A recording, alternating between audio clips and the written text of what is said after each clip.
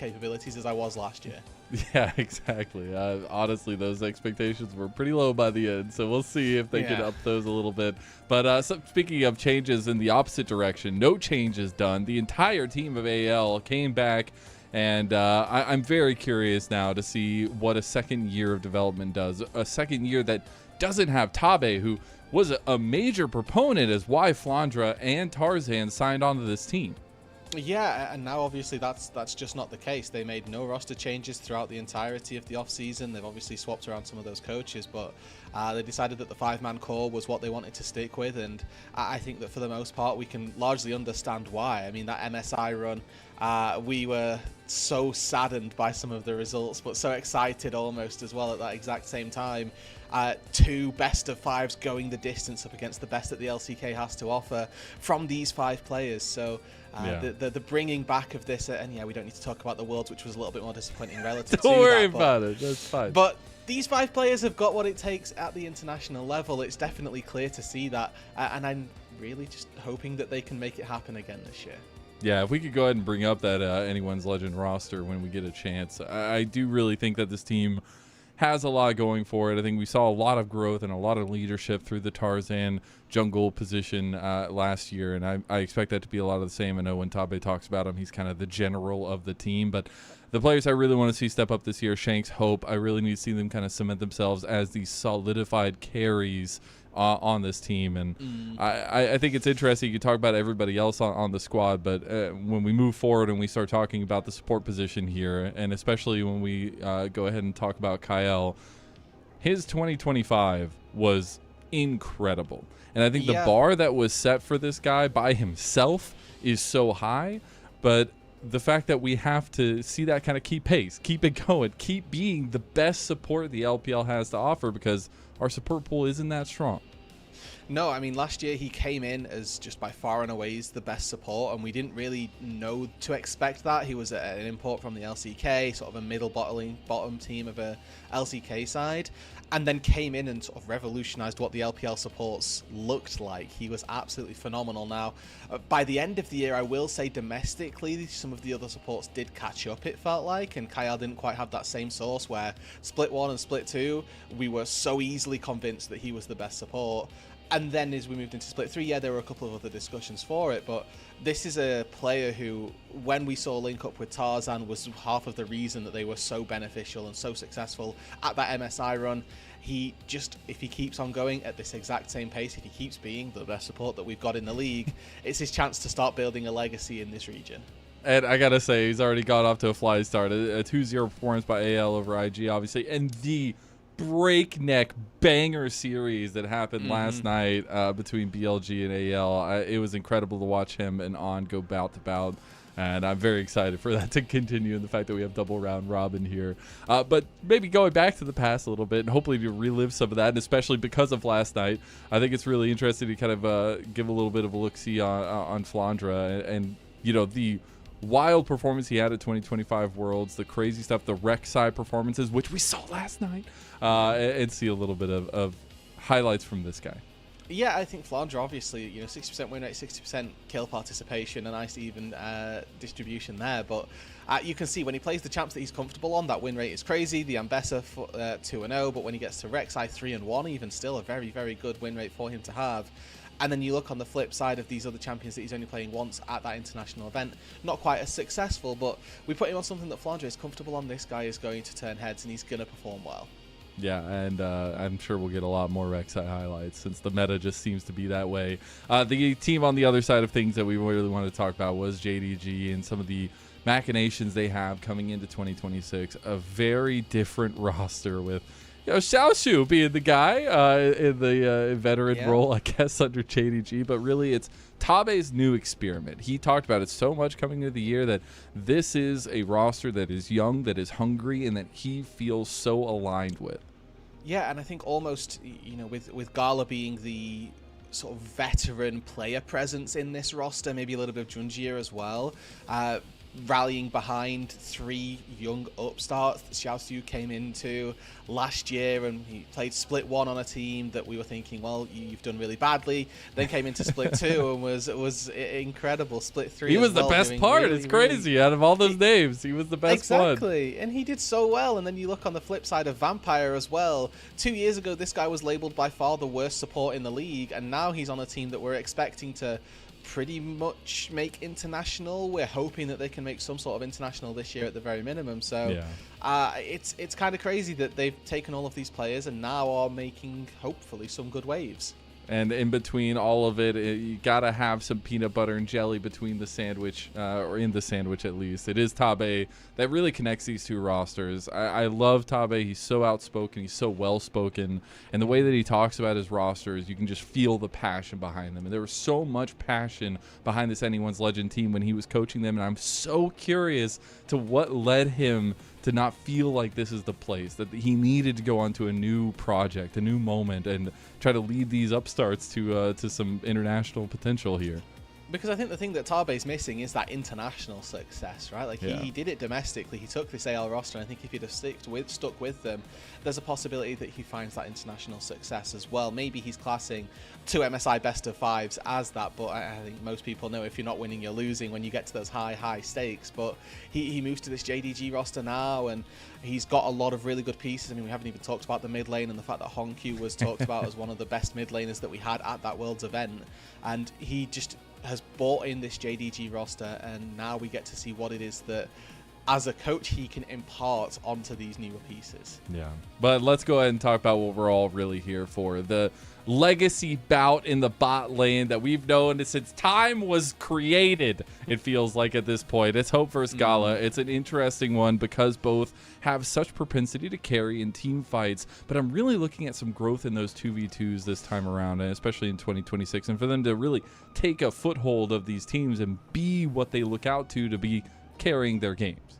Yeah, and I mean, this is a long sequence. I'll just preface this, but with a couple of 2v2s, Gala and Mako last year were coming out on top of, and for me, they were not the best laning duo that we saw out of the LPL last year. I actually thought that, you know, Kyle and Hope did perform really well. It just never seemed to do so well in this specific 2 versus 2, where Gala is always seemingly just a little bit ahead of the curve and has the number of Hope in these laning phases. But we're going to get through a lot of different clips of lots of different interactions between these two, and the story between these two players as well. I mean, Hope had been for so long the second best AD carry on whichever organization that he went to. Finally now on this AL roster, feels like he's solidified himself as not just a part of the puzzle that is going to be sticking with them for a long time, but a crucial one as well. And hopefully these two can have another epic series that we'll get to talk about for another long time. Hey, all I'm saying is if you get this reference, you're based as hell, because Gala already got a pentakill. Like, literally the first series, he had pentakill. I don't know what stops this guy. I don't know what fuels him. I need to find out, because I need more pentakills in my solo kills, my solo queue. But I'm very curious to what kind of power Hope is going to hold over this series, because right now it feels like Gala is firing on all cylinders, and I want to see what this kind of matchup leads out to, because again, like you're saying, not only is there international aspirations for both these teams, but I think looking domestically and the kind of increase in importance that this first split has in championship points, you got to have an ADC that can go carry you the long way. Yeah, and I mean, in particular, I think that with these two teams, we're looking at probably 1-2-3 placing through the regular season. I would expect that to be the hope for these squads as well. I think BLG are starting out this season with a very, very strong start. They look like the #1 side. These two teams, to me, feel like they're the two that are going to be chasing second and third. And I know the scores at the bottom say that they're 1-0 in sets. They're actually both 1-1 after losses yesterday. But I don't think either of those losses can be taken as, well, they're clearly not the second or third best side. I think the loss yesterday, AL, if you didn't watch the best of 3, please go check it out, because so BLG good, and man. AL delivering every single time. And for JDG as well, a bit of a shock loss, I'll say, up against Invictus Gaming yesterday, where I think that actually this JDG side shouldn't really be taking those losses, even with IG looking like a really solid organization, you know, off the back of a massive win. I still would expect JDG to flourish more than that. Yeah. And I'm also curious, and maybe you can have a little bit of a take on this, but man, they are out the gates here.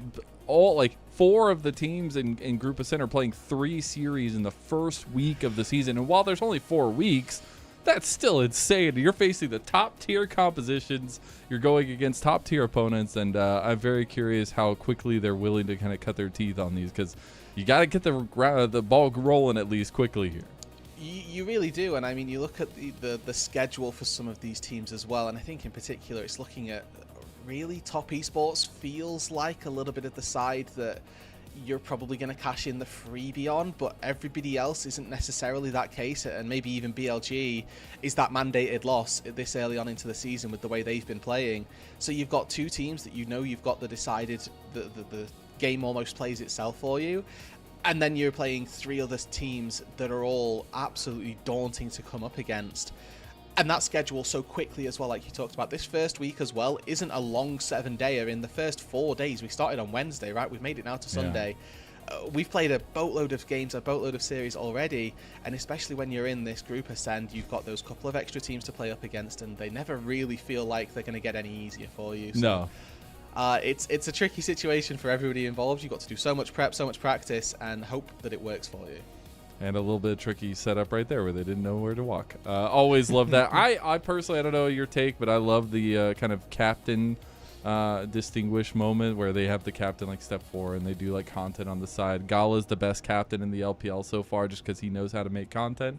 But I think it's interesting, especially for AL, who had been led for a lot of the year in 2025 by Tarzan, to see what that unfolds with Shanks with that pseudo kind of captain role. But getting into this game, number 1, it is a best of 3, and we'll be seeing both these teams go at it. I want to pick your brain on what you've been thinking about the meta, what you're looking at tonight for these teams coming into it, and those early picks in game number 1. I mean, Jace has been ruling the roost. I think he's just been hitting bans far too frequently. Any Dusk and Dawn champion I'm always excited by, so I'm quite excited to see Jax maybe fluctuate his way in and out. As an ADC, I hate you. I'm also an ADC. You talked about the meta as a whole, Mazel. I'm trying to be objective and not let my own biases come into this one. I think the bot side, like Sivir, I'm as boring as this champion is very, very strong. So I'm really excited to see Sivir make a little bit of a return, and what kind of compositions that enables as well. Looking at the last series, I was also sort of very not necessarily excited, but weirded out almost by the fact that Jhin got shown so much prio. In the Jhin fact that he gets Jace picked, is pretty good if it actually gets through. It is, exactly. If you can get that poke down, then absolutely. And I am a little bit curious as to the battle or to the usage of Stormrazor as well, because I think Stormrazor's like turbo OP, but I haven't really seen too many people look for it. I mean, it's probably just a me thing, and it's actually not that OP. But in my own games, like I've been playing Stormrazor, I've been walking around phase rushing every auto attack. It's great. Okay, I see you. Well, maybe we'll get that little adaptation. By the way, that was a sick banner. I had like a bunch of chibi champions on it. Well done. That was really sick coming into it. But I know a big focus, at least that we'd set up earlier, is talking about this kind of, I guess, a little bit of recency bias with AL's performances in 2025, but really honing in on what Kyle brings to this team, not only in the lane, and we talked about a little bit of that 2v2 action that they're willing to go for, but how quickly he is around the map, how quickly he connects with Tarzan a lot of the time, and how important that is for the AL strategy of winning. Crucial, I think, is a short statement for it, right? Like, these two have been such a common pairing, and they were so prolific throughout the entirety of last year that you're hoping to see them come back and bounce back in this year and do that same thing. Obviously, up against BLG, they managed one game, which, I mean, for my view, was carried largely by that Jace jungle and his ability to poke early on. Without that, let's see what the composition looks like, because after that they didn't look awful, but they definitely got outplayed by BLG, and it wasn't like BLG stomped them in 25 minutes like we have seen a lot of already this year.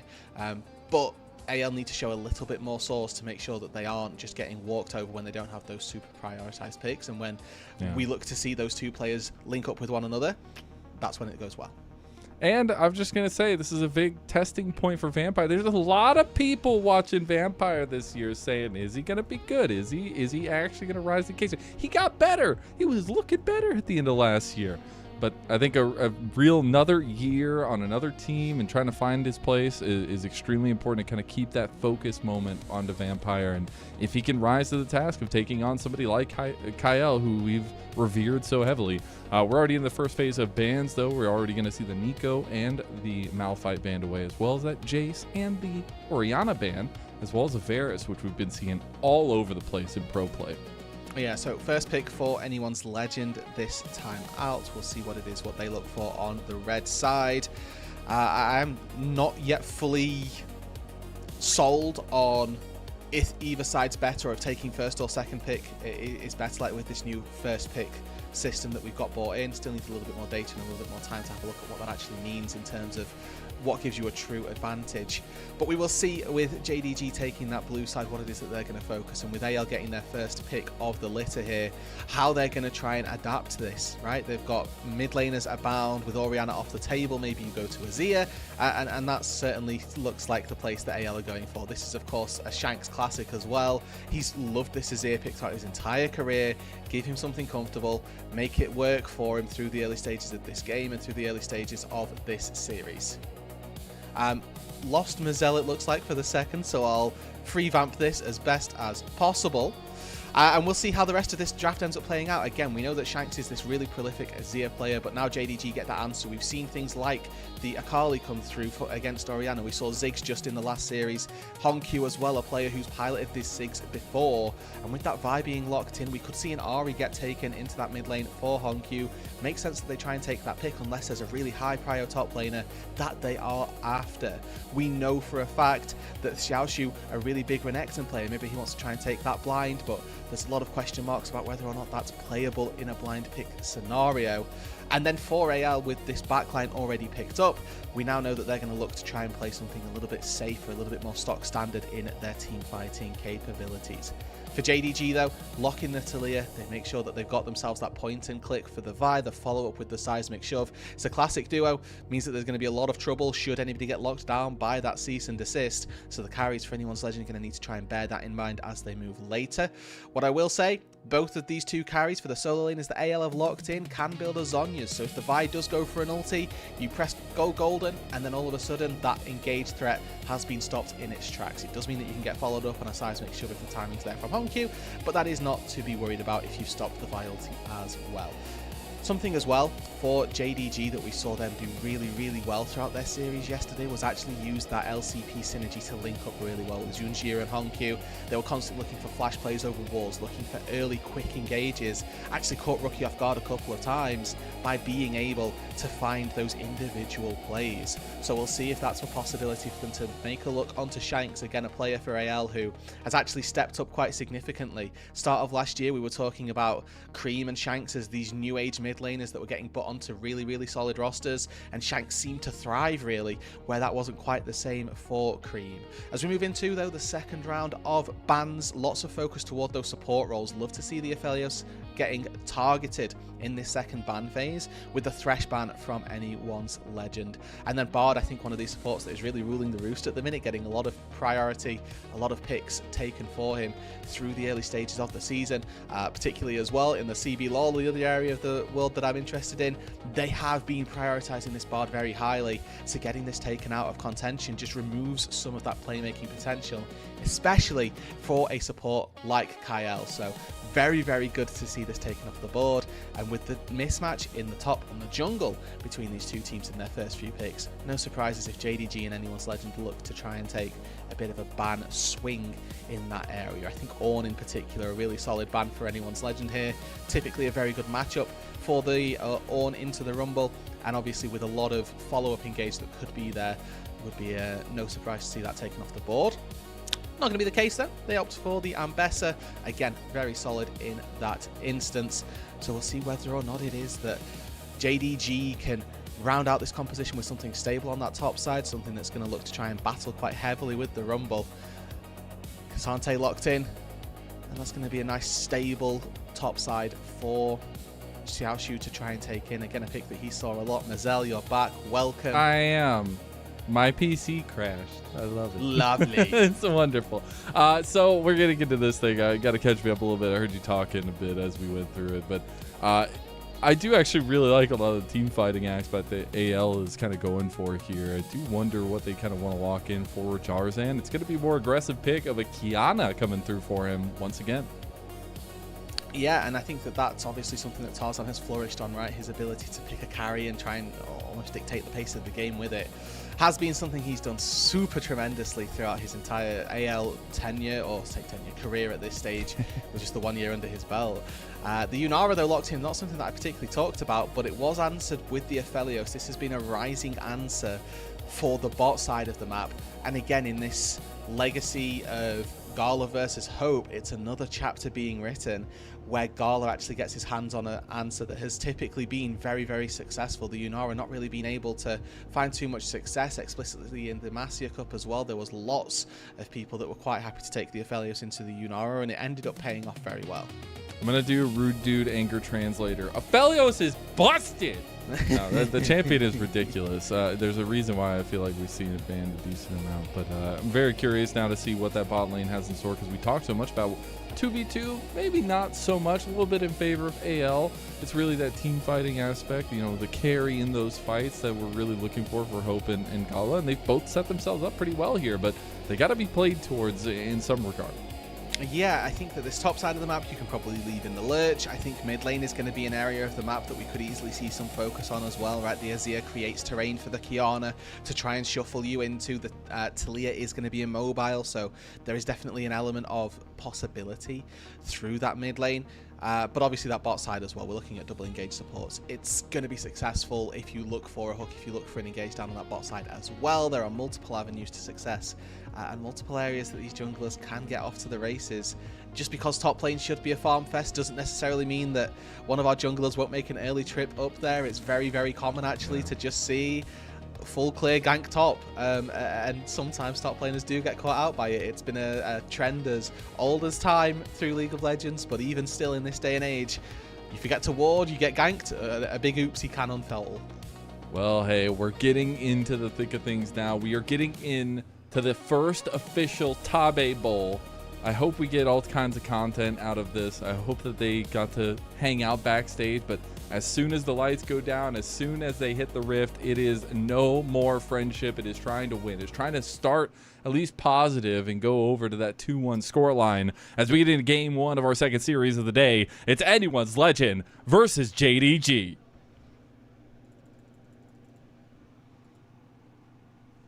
Well, and they are sticking to the narrative. There we go. They are indeed, Mazel. Ghost already popped by Gala, and that's an interesting summoner spell choice as well for the JDG fast bot ghost side. pop. Yeah, it is. Maybe thinking that he had barrier and was going to use it for those little bit of trades. I know certainly I've been guilty of that, where I'm trying to use one summoner spell that I'm so used to having as a crutch. Dude. Don't out yourself. Hey, bro, there's a reason. There's a reason that we're not playing pro, unfortunately, and it is when we ghost instead of barriering. But Kyle also did burn his heal there.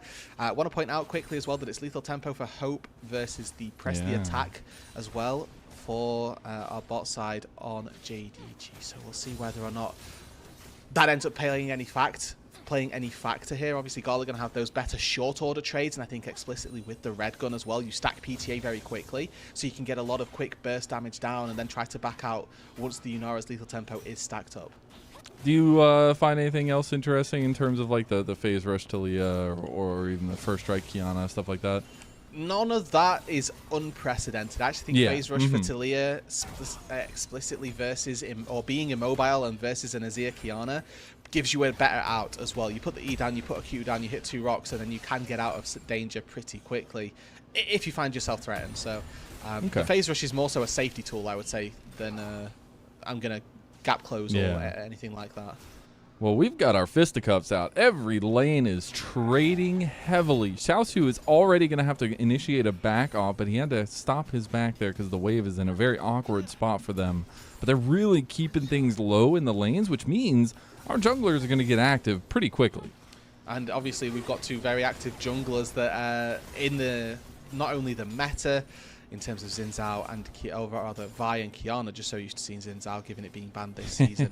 But the Vi and the Kiana both can make their presence felt early on. First strike pop Additional 1 or 2 gold for that trade. 5! Never mind. Look at that. Incredible. Money. Does mean, though, we're going to see a late contest over this. Oh, no! Kyle! Best support in the league, by the way. Might lose out for there. that. Now Vampire is going to take his card, and that will be Kyle going down first blood to JDG. Now Tarzan in some trouble. Things have gone awry for AL. He gets the double freeze there, but I don't think it's going to be enough. And meanwhile, Shanks watches his buddy go, and that'll be a 2-0 start for JDG. Yeah, there's not a lot that Shanks can do there. Other than, oh dear, this is not the start that anyone's legend were looking for, Mazel. That's what I'm gonna say. That's tough. I just wonder, like, is Tabe mind controlling? He's like, I know they want to fight over this first scuttle. Like, there's no way they're gonna leave this. What you don't understand, JDG, is that I've trained them to fight for the first crowd. They know this. Know. This was brutal. Obviously not the start that Kyle wants. And now these combos on Alistair are not as easy as they look when you are shorting them. So when you flash to within max range, it's not that straightforward. But Tarzan here, he takes the path up but gets flicked by Hongyu to come back in. I think that's the most important part here. Knows he can't walk through the Nautilus because that's going to cost him. He gets rooted and then gets CC'd by the rest of it. So the fact that follow-up damage from Hongyu from Junjie is there is very, very nice for JDG. They find themselves 2 kills. They find a double crab, and Junjie having a very good start to his time in the LPL thus far in 2026, and in this series no less. I mean, they just took the AL style and threw it right back in their face. That early proactivity is something we absolutely wanted from Tarzan and Kyle, but this time it's Vampire moving and finding that combination with Junjie.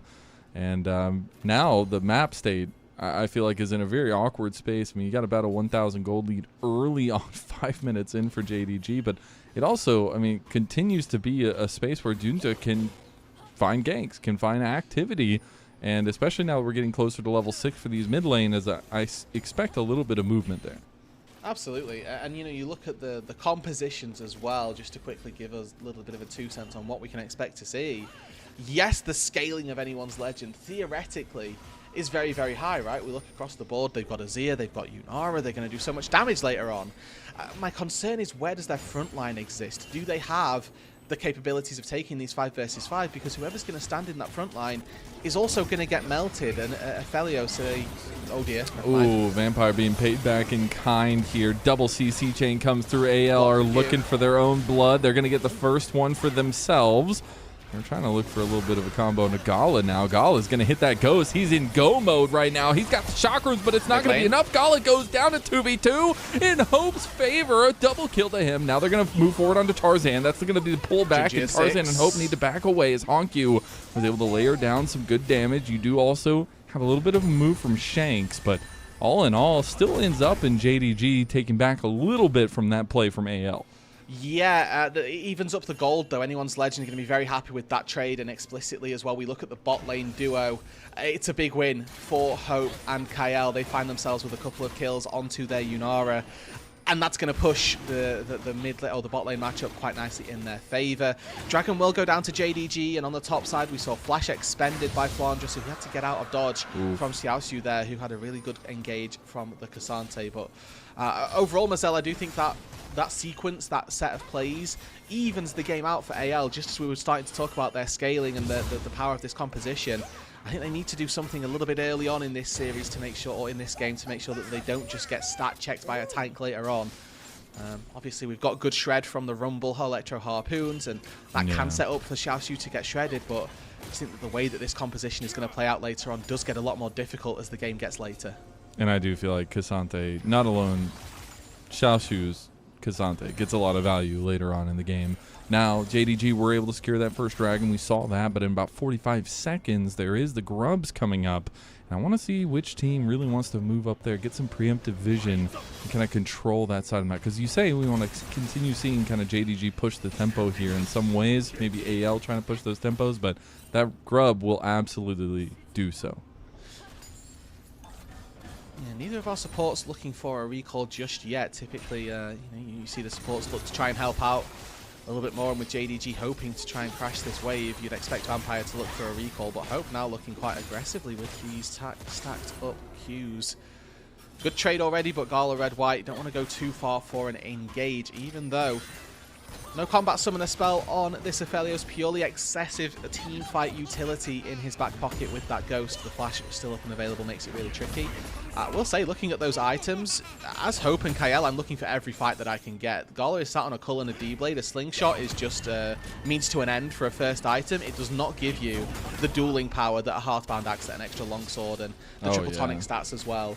Like, you do just win trades if you are able to try and take them, so any sort of 2v2 should be good. And right now, I do feel like with Hope having that team fight set up with the Transcend oneself, still feels really good in some of these next fights. But interestingly enough, both teams have kind of led away from that top side. Hey, I guess we said in draft that they need to play around bot side, and they're doing so holistically. Yeah. But we'll see how quickly that changes now that we have resets coming out. And importantly as well, there's nothing monetarily to be gained by either of these junglers. I think that if they go to the mid lane, they're just going to burn flashes. It's very unlikely that they're going to get kills. The state of bot lane at this time as well, they're not going to get kills. They're probably just going to get flashes unless there's a God Hook being landed. But until level 6 comes through for Vampire, that's not so likely. Oh, Vampire, you got to be careful. There could be a roam and a flash comes out. That'll be big money. No flash for on AL, but Flandra, speaking of big money, he's going to go down big money to Xiaosu. That'll be the 2v1 kill. And that'll be Rumble being taken out of the top side ahead of the grub spawn, or fight We're starting at least. to see as well a little bit of why Xiaosu was the one part of JDG that got to stick around. Kael caught. Oh my god, he has no ult. He can't tank that damage. He's immediately taken out of the fight, and that brings up your conversation of no frontliner. And that just means that JDG will take whole objectives here in the Dragon and the Grubs. As we do see the dredge line going through on a Tarzan. They back away. Only got one of the Grubs down. Shanks is coming in. Shanks is CC down. Gets chained to hell. Throws in the Emperor's Divide, but it doesn't matter. Junja has cleaned up a kill. We've gotten 2 down now. Honkyu gets his own onto Shanks. And this now means Tarzan has to retreat. Question marks for anyone's legend and their ideas around fighting there. Shanks throws himself into the mix a bit in a 1v3. Doesn't have any follow-up from his team as Kael's 1 HP.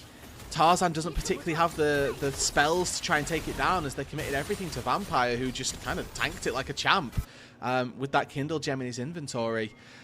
And anyone's legend deciding to try and take that fight around the Grubs, I'm very confused by. Brutal, we can take a look at this to begin with. Kael starts this fight with 400 HP, has to burn his ulti to withstand Honkyu. Tarzan can't really contribute, he's got no spells now, he's just base Kiana, and Shanks has hopped in essentially into 3 people. Yeah, he gets a shuffle off, but that actually just kills his support. Yeah.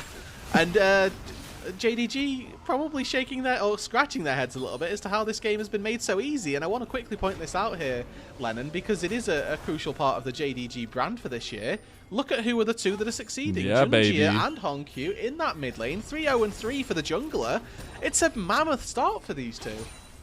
LCP transfers represent. Well, hey, Junja was over here before, but you know.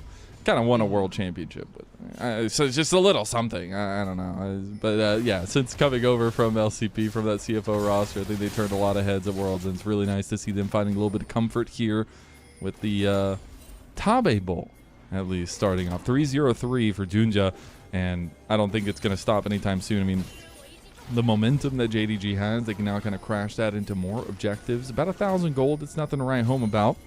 And AL, the ones that are actually pushing the tempo by starting up this dragon here. Back just got completed by Honkyu, and try to get out here though with the Weaver's Wall. Yeah, and he's obviously got the Tilia passive to walk on terrain a lot faster, but going to be tricky for them to get in here. Kael threatening in that front line, and space taken by anyone's legend means that they are going to be able to secure this dragon, and doesn't look like they're going to look for too much after the fact. Just going to have to give up a pink ward. Wave gets picked up by Hope, and all told, it's a pretty decent win for anyone's legend. They stopped the stacking from JDG, and they're looking to try and start their own, again, for a team that we're hoping to try and push the pace of this game that little bit earlier. Them finding this early dragon going to do them a good service when we look at finding late game conditions to win. Shanks thought he could find Honkyu, setting up Tarzan there, but could not do so. Has to flash out of seismic shove. That's a big cooldown down for an Azir. And as well, that's a game of chicken they're playing. Oh, they want it. They knew Tarzan was over here hunting, but he does hop right over the Weaver's wall. It was a tricky play. It was a fast play, but JDG aren't able to get much out of it. Now they're going to try to contest over the red buff, but Vampire has just walked himself into a saloon that nobody was asking him to walk into.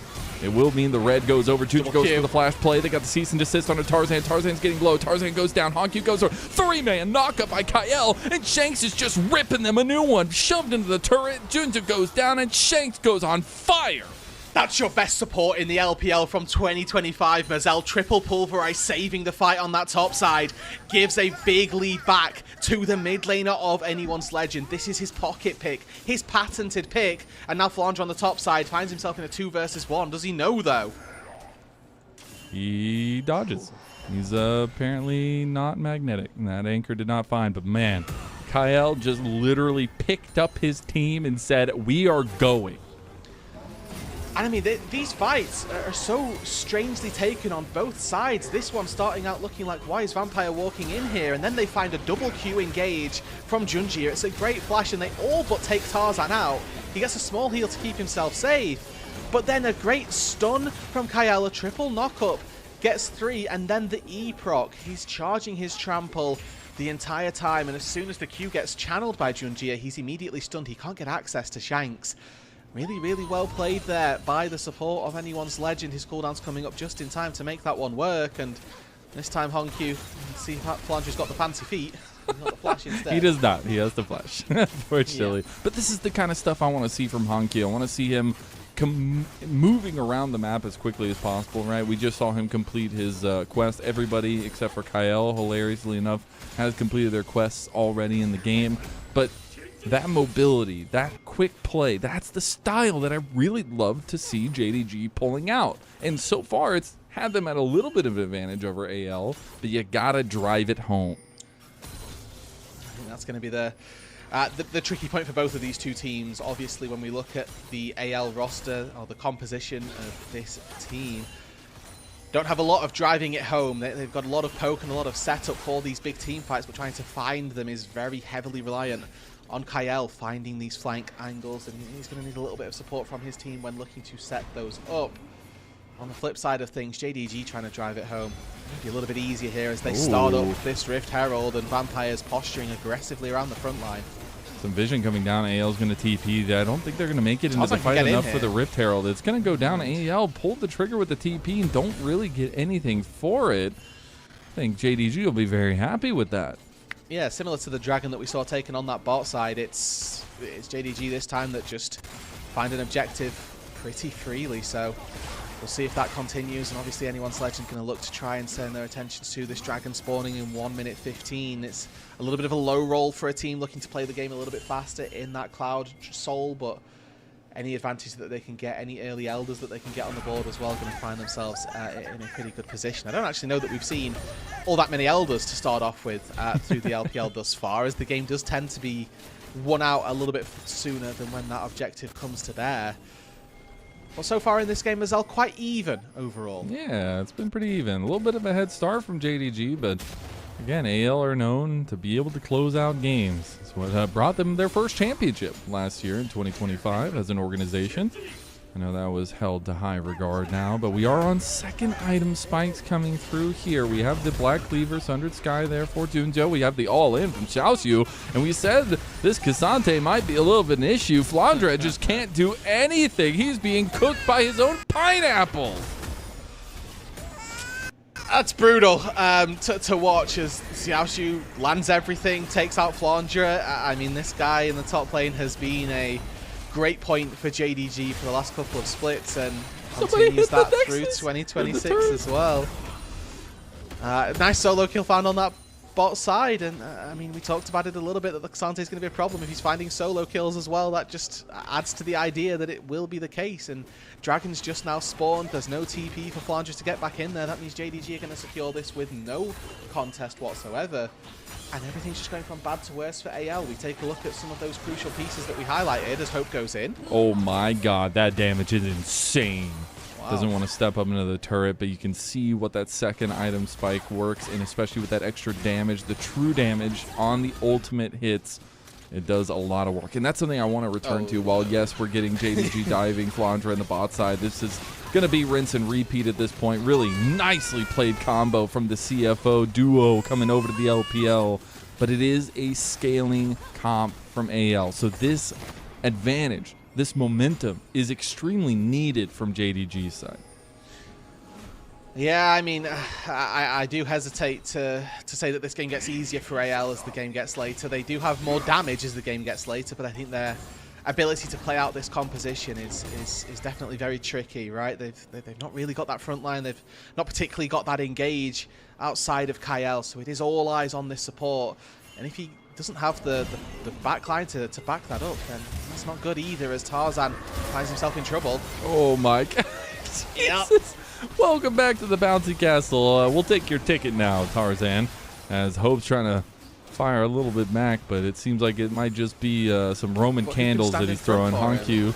Yeah, only Kyle, and Kyle's already getting Chunk is thrown back. He has to pop the Unbreakable Will, and that's going to be another big cooldown down. JDG finding and picking just the right fights. Yeah, and at this stage in the game as well, I'd go with the majority of fights are the good fights here. We've got 2 items on Honkyu, and their ability to buy spaces is so solid, especially with that Rylai's being picked up second for him. It just means that nobody can get access. Let's look at the mobility on this AL side, the disruption, right? Everybody either gets caught up under the unraveled earth and stunned, or they're having to walk through Rylai's slows. Like the power is just so powerfully there. As AL, we take a look back at Tarzan getting caught by 1 auto and then just immediately faltering under the weight of all of JDG CC. They threw everything. Oh my God, the Moonlight Vigil and everything. And I gotta give a huge shout. I mean, I know we had Faker throwing praise at this kid, but Honkyu has been a menace this game. He has landed so many crucial seismic shoves, burned so many flashes, and there, he'll pick up his 5th kill of the game. I think for me here, JDG in the driver's seat, obviously, with a 4K gold lead, but probably feeling very confident as this 20-minute marker comes on through. Their Baron taking capabilities quite strong as well, with a Talia, the Vi DPS as well, not to be snuffed at, and the ability as well of an Aphelios to be able to shred through this objective definitely very high. With constant prio down in that bot side as well. JDG are in a very controlling, commanding position here, and contrary to what we thought about from the draft and from the pre-show, it's been really nothing to do with that bot lane. Gala is 0-1-1. He's been sat, he's farming, but he's the only person on the team who's behind in gold, and for anyone's legend, they need to start rallying behind Hope, because that's the player on their composition in their roster this time around who has the advantage and who really has the ability to do anything up against this JDG comp. Yeah, and Kyle really needs to play around that fact, figuring out how to get Hope into these fights. And while we just have maybe 1:30 till that dragon comes up, I just want to talk, like, how much of this strat, how much of this game plan for JDG is Tabe knowing the weaknesses of AL and trying to exploit them? Yeah, I mean, sad as it is, I think that, you know, Shanks may be one of those weaker points, but we're fighting now. Good flash from Gala. Kyle. Oh, no, he's on the wrong side of town here. Shouts to his TP. They're going to get a late TP from Flandre as well. They're going to miss the supreme display of talent a little bit there, but they might be able to get Junja on the other side of the fight. The all-out comes in onto Tarzan, and Tarzan, no! He gets locked down in the middle of his blast cone, and now they're going to move forward. Look at this AoE damage that Gala is doing. You said he wasn't involved. Well, he heard you, rude dude, and he wants to be involved. That's a double kill already for him. He's not going to find that next one, but they are just going to blow JDG, or at least AL, out of the water, and that's going to be a triple kill there for Gala into a Baron, into what is undoubtedly a Game 1 win for Jindal. That was one of the best played team fights I have seen in a long time from JDG. They did everything correctly. They'll be rewarded with the Baron, they'll be rewarded with some plates up on that top side, but there are so many things about this replay that I cannot wait to highlight, because pretty much across the board, everybody did their job perfectly. First of all, it starts with Kyle looking for a snap engage onto Gala. He reads this, flashes out, gets his way out of danger as well. And then the chase down comes through. A TP into the backline, and Junji knows exactly who he needs to go for. But he recognizes I've actually stepped a little too far forward. So he flashes out and he buys space. And then this 4-man collapse of AL, they know that they have to go one way or the other. The second that the Junjie, a flash comes out, they try and turn back, which allows Junjie to come back in. Shanks is constantly under threat, and Hope is under threat as well. Everybody is just being pincered by every angle, and Junjie plays that fight exceptionally well, constantly buying space, constantly threatening as well, to the point where AL just had no real way to win that fight. Despite the DPS that they were trying to put down, there was just no way of them winning. I mean, I just watched Junja mind control 5 people of anyone's legend right there. I mean, that was actually disgusting, and that needs to be on every highlight reel. He literally just made 5 people forget how to play League of Legends, and now maybe Honkyu going to get caught for a little bit of an overextension on the bot side. They did end up getting the Dragons, so they'll be sole point for them, and they're going to steal away the top side jungle from AL. It depends how much more of this they look to try and collapse on. AL are 3 members strong walking through here. Hope's close by, and a TP to the top lane. Xiaoshu flashes out, and JDG have found themselves back on their own side of the map, so they should be good to go. Anyone's legend, though, what can they make with no mid laner on the map? Honkyu has been a crucial part of this JDG composition. Can they even break the turret in that mid lane? I think that'd be a big boost for them if they could, but Xiaoshu's going forward. They're just fighting in the mid lane for the sake of fighting at this point. They want to try to get this turret, but it's not easy, and Gala's going to fully whip the Moonlight Vigil there. I think that gets them the turret, minions. Yeah, I think they will. He tried to play with his HP bar and use that to sacrifice as protection for this tier 1, but good stuff from anyone's legend here. I mean, looking at the state of the game, Lennon, the fact that they can take a tier 1 turret and take a fight as well, that's about as good as you can hope for them. Take a look at how that all started off on the bot side there. Tunja still made it out after this, or at least was able to maybe sacrifice Honkyu for it. But, yeah. Honkyu got caught on the collapse on the backside of that, but even still, I'm very impressed that Junjie is able to get out of that situation, get out of dodge, as it were. Now they find themselves taking this tier 2 turret down on the bot side, putting work in on that Baron. 30 gold per plate, plus the structure being demolished as well. There's a lot of gold getting picked up here. That's increased by like 1,000 gold, the lead it's just gone up to now, by just taking 1 turret, so... Anyone's legend staring down the barrel here, and I don't think they've particularly got the answers nor the jackets that they're going to need to withstand what JDG are looking for. Hope no IE, not even close to starting it yet. So this is, it's a long while, a long work before AL will be in a position to try and fight back. And we just got 3rd item for Junja. He thought he was playing mind control before. Now he's got the GA, so he can play with his life as well. Yeah. He also had that Storm Razor already completed for Gala, but he'll be very close to his 3rd item too. And there's the item you said you wanted to see more. Yeah, he's playing Move Speed Aphelios, and I love it. He's got the Ghost, he's got the Phase Rush, and I'm looking at their engage potential that anyone's legend has, and it's exclusively Kyle, and 1 auto attack gives a lot of movement speed now over to Gala. This is a really solid build. I mean, Storm Razor for me, again, a very undervalued item currently for certain AD carries that can definitely build it very easily. I think Gala doing a good job here, trying to find one of the items that will work out very nicely for him. Any item that builds out of a BF sword is good for AD carries, and this one in particular gives you movement speed as well, gives you crit. Like, this is a goated item for any marksman. I like it. I'm gonna have to start building it in my games. He's also got the Lord Doms, which helps a lot with that one singular tanky member on the side of anyone's legend. Now we have about a minute and a half until that Dragon Soul comes up for JDG. What is AL trying to build here? What traps are they laying? What is their strategy to try to approach this fight? I mean, for me, this is the time in the game where I need to see Vampire start sweeping his way through, like going for those Carrier Nico plays where he turns into a wolf and goes between 2 turrets so he doesn't get spotted. Because he's the person who has to try and find these angles, who has to try and pick Gala out and try and catch him off guard. Walking in through the front door isn't going to work. You have to go through Xiaosu, you have to go through Junjie and Vampire, who have been such good bodyguards. And 58 seconds left on that Dragon. The fact that they have spotted Kyle just means that they kind of know there's no real danger. And I think that for this AL roster, them walking in is not something that they will find success with.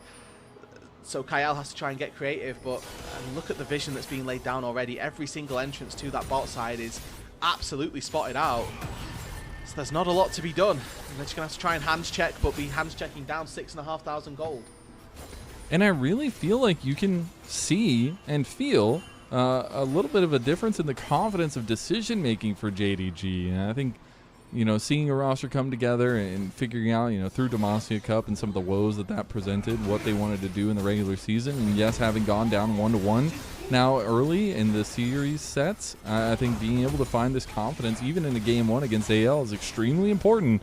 And I really like some of the plays that we've seen from JDG. Now they got to bring it home, try to fight over Dragon. Flash from Shanks already here. Honky with a great flick there forces that one out, and the Dragon's already gone. It's just gone.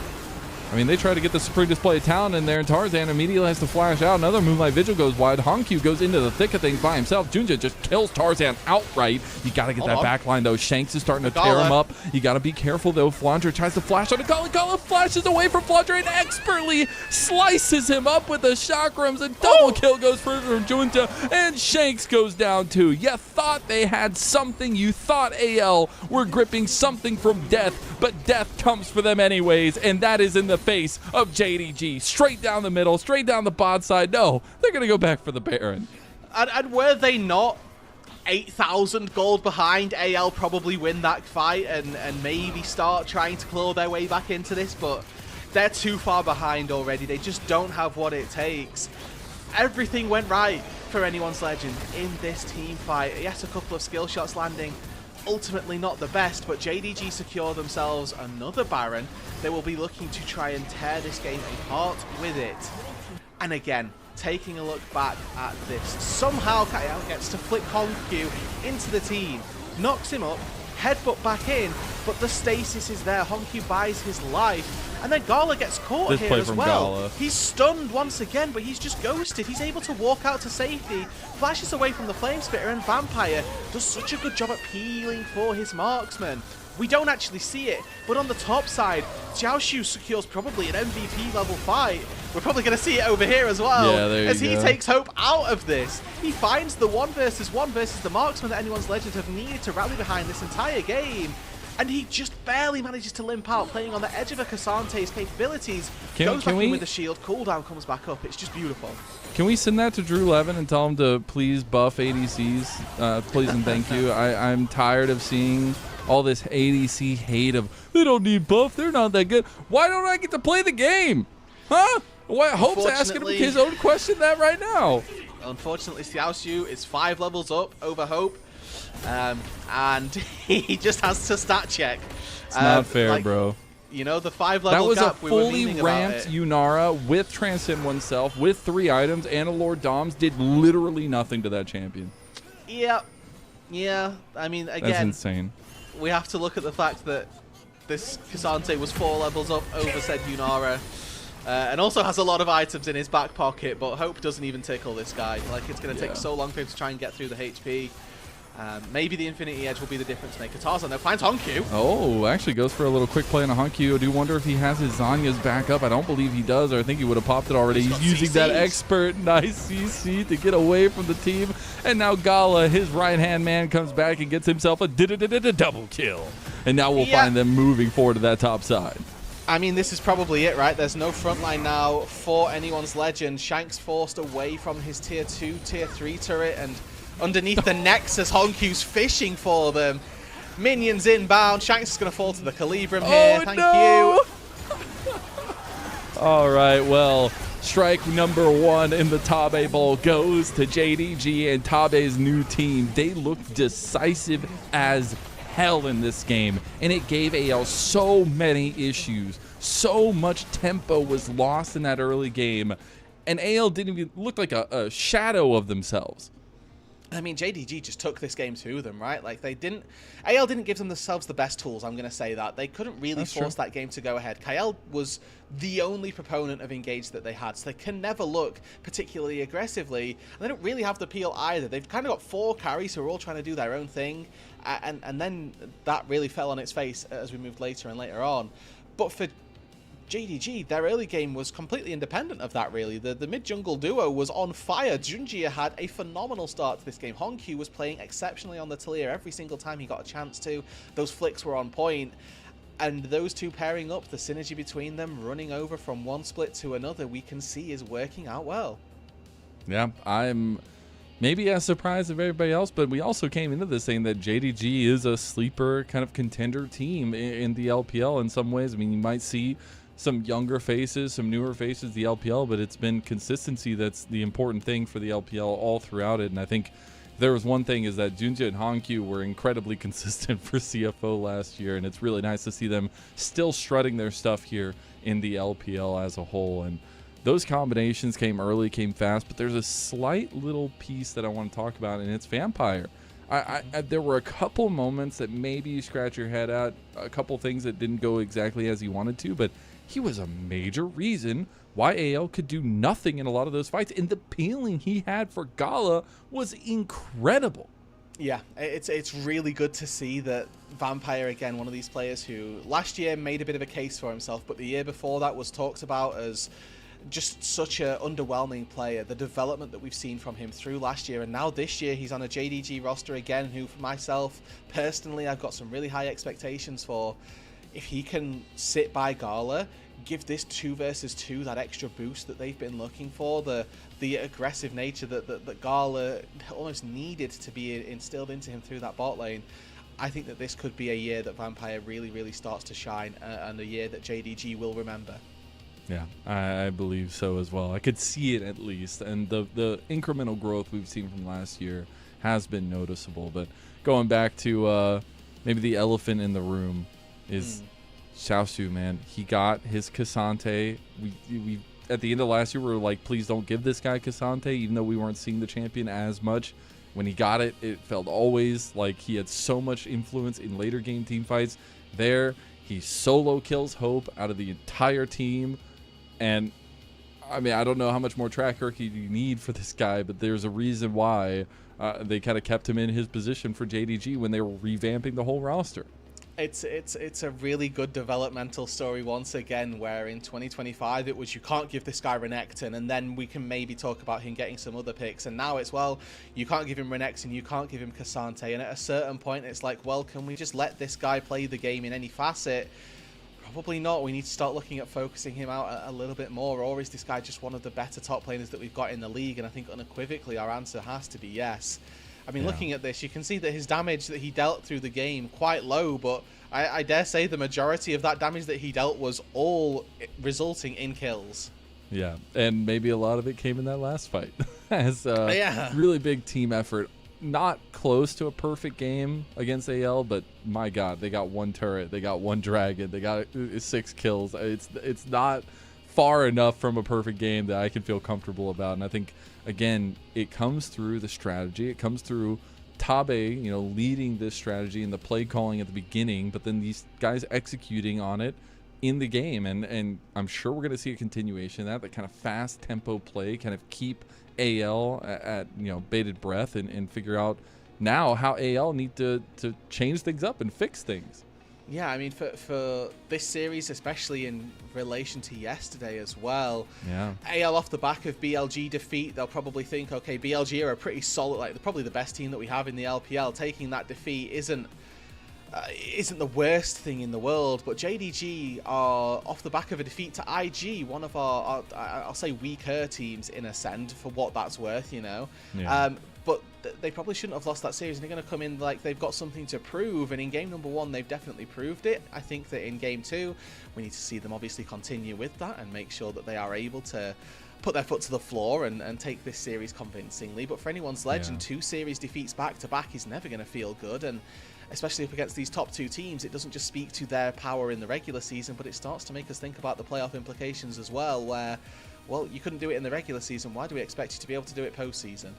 And something that has been a little bit of a trend these last couple days, and I don't think the BLG series was all that bad from Tarzan, but especially this first game, it was tough, man. Like, I don't know if there was just miscommunication on positionings or things like that, things that he wanted to do that weren't followed up on, but he was getting caught time and time again, and it was using all these utility tools to get him away from fights and not being able to be proactive and aggressive with those ultimates. And the Supreme Display of Talents multiple times came out defensively or didn't find anything at all.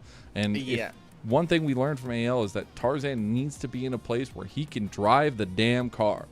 Yeah, and when he finds himself in these positions where he's behind, I think one of the benefits that AL had last year was that he'd be able to find scraps to get them back into the game, right? And this time round, Junjia just did not let that happen whatsoever. I mean, this was a vitally a masterclass. It's worth saying. I think that everybody really pulled their weight on JDG, but those two in particular, from the mid lane, from the jungle, they absolutely popped off. They stood out when they needed to, and you know, to say that it needs to change for game number 2 is an understatement, as AL largely relied very heavily on their jungler throughout the entirety of last year, and that doesn't look to change as we come into this year.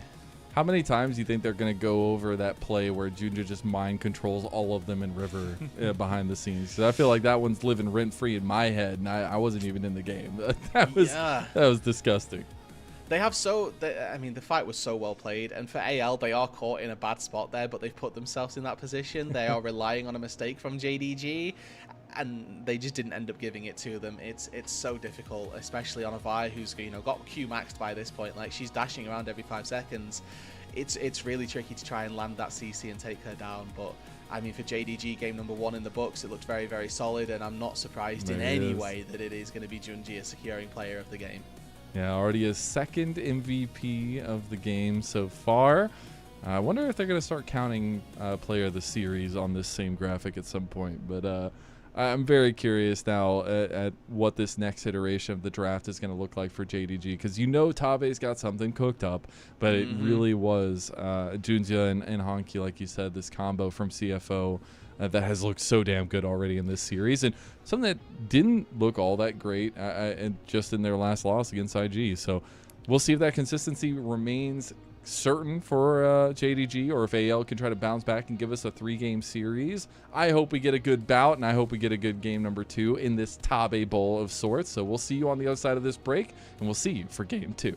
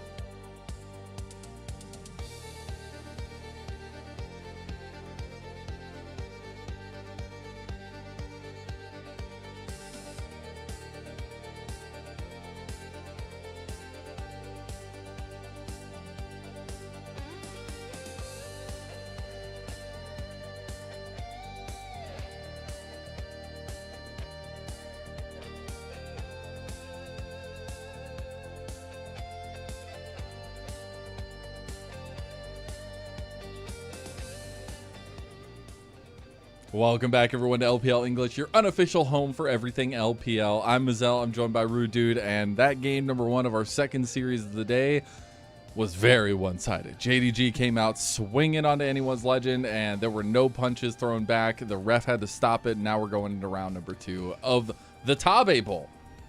Yeah, and I mean, this is obviously a really big series for Tabe in particular. Now the coach for JDG, for those unaware, and up against his former team that he built up, right, from the ground up last year. He built this team to anyone's legend to be a massive threat at international.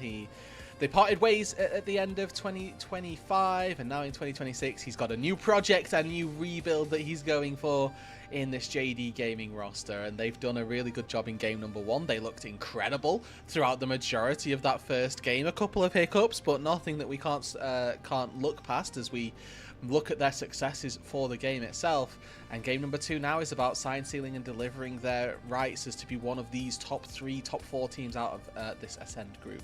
Yeah, exactly that. And actually, if we have just because we have it, if you have a chance, if we could pull up the Tabe Bowl graphic, just because, you know, we got it made, why not bring it up if we can? Yeah. But it's so curious to me when you see, again, maybe I'm reading between the lines, maybe I'm looking too much into it, but the direction and the cohesion that were on display from JDG in that game number 1 was much improved from just even seeing them in their last series. And obviously consistency is key in that factor. You want to see that again, not just one time, but I wonder if a little bit of that extra drilling went in to make sure that things are getting more synchronized for this JDG team as they come together into the year. Yeah, and I mean, I think that for me, one of the things, especially looking at the series yesterday, that we're waiting for or looking at for this JDG roster is what the level of Hongyu is. Now, I think yesterday up against Rookie of all of our mid laners, it was shown that he's definitely got some work to do. And that's largely, I mean, I don't think that was a detriment to Hongyu, but that Rookie just had so much more impact that Hongyu might need to try and find that next level of mid lane play. But up against Shanks in this game number 1, it was by far and away is not even close. The disparity between these two was palpable, and we can never really discredit what Hongyu was able to accomplish, and what we've also seen Hongyu accomplish so far just in this year alone, let alone any of his performances on CFO. I think that this year himself, he's been already one of our standout players. It's just a question of whether or not he can continue that trend as we move that little bit later on down the season and into the games that start to begin to matter just that little bit more. Yeah, double round robin is awesome though for first split. I feel like that was like one of my biggest qualms with split number 1 of last year, especially for Group Nirvana, because they literally played 3 series and they were done for like a month and a half. Well, split one. There was no Group Nirvana, was there? It was the 4 groups of 4 that was. Yeah, which is just insane. But I do want to see the continuation of growth, and it's a 4-week split to get into the playoffs. You got to think about what the implications will be. We have much more games to watch till then, and especially in this series, I think AL have a much more to show us. At least I would hope. We're getting into the phase 1 bans here for either side. We will have AL being back on that first pick, but they will end up banning away the Malphite and the Jarvan. We'll actually get the Jace ban continuing for JDG.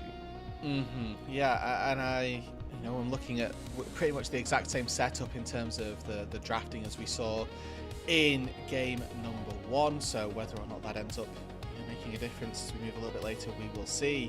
A lot of focus from that blue side as the side that now needs to ban away the OP champions on the Jace, the Orianna. We'll see if we get a little bit more jungle focus as well, as that is probably the strongest point of this AL composition of players, whether Tarzan ends up getting another another element of focus put his way. He needs it. I mean, if there's going to be one person you want to put on a pedestal going into this game number 2 to right the ship, to right the wrongs, you got to give it to Tarzan. Give him whatever he wants to play. Maybe not whatever he wants to play. He does like to pick some weird stuff. It's time for Nidalee. Give him something.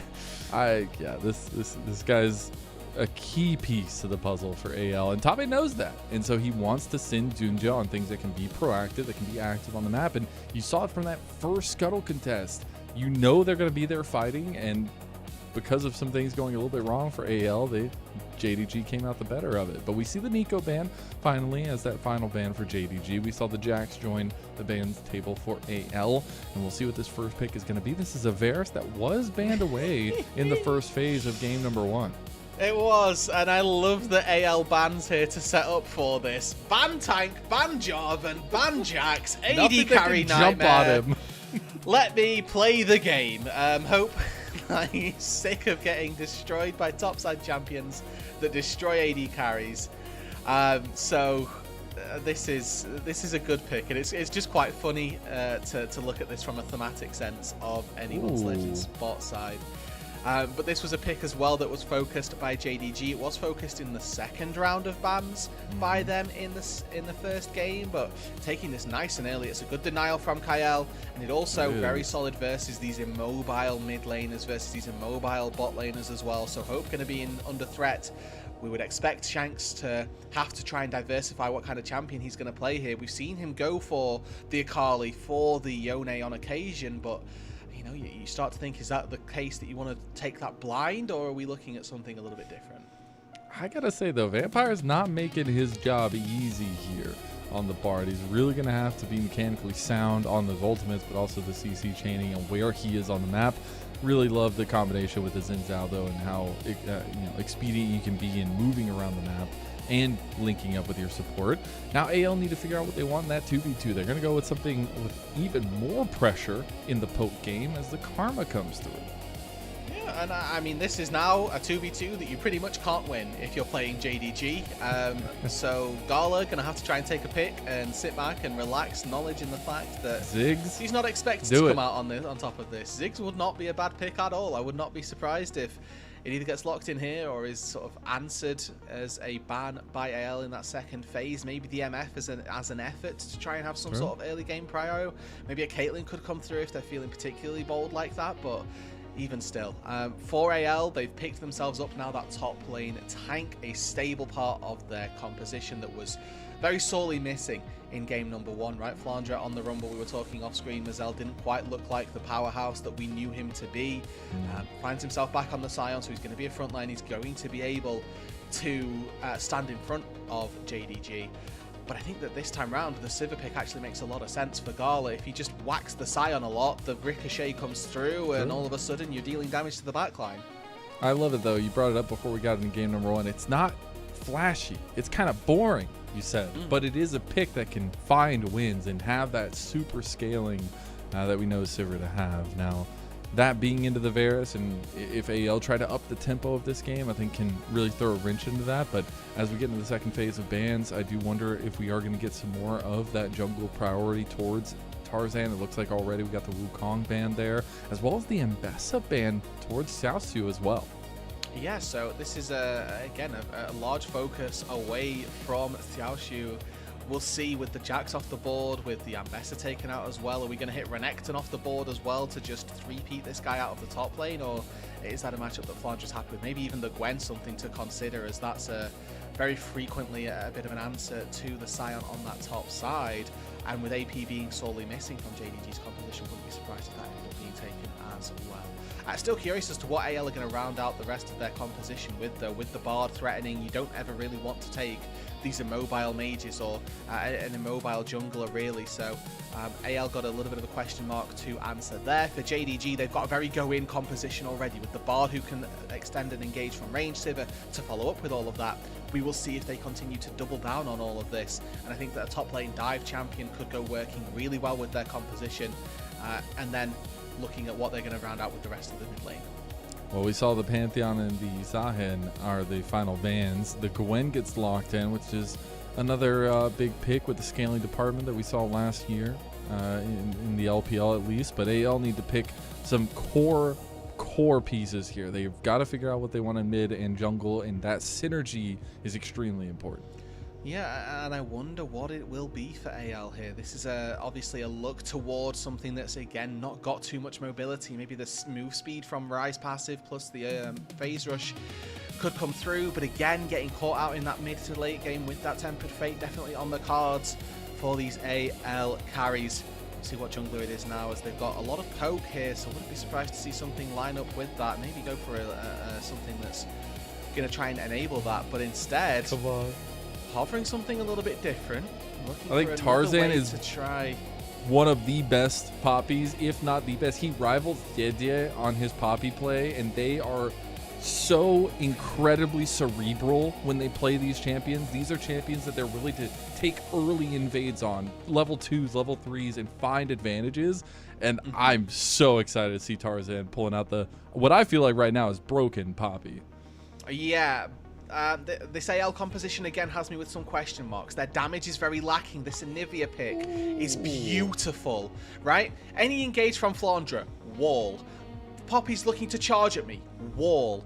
Ryze and Varus are caught out, wall. Immobile carries in this game are just going to have no fun whatsoever. Bard and Anivia thrive up against these immobile people.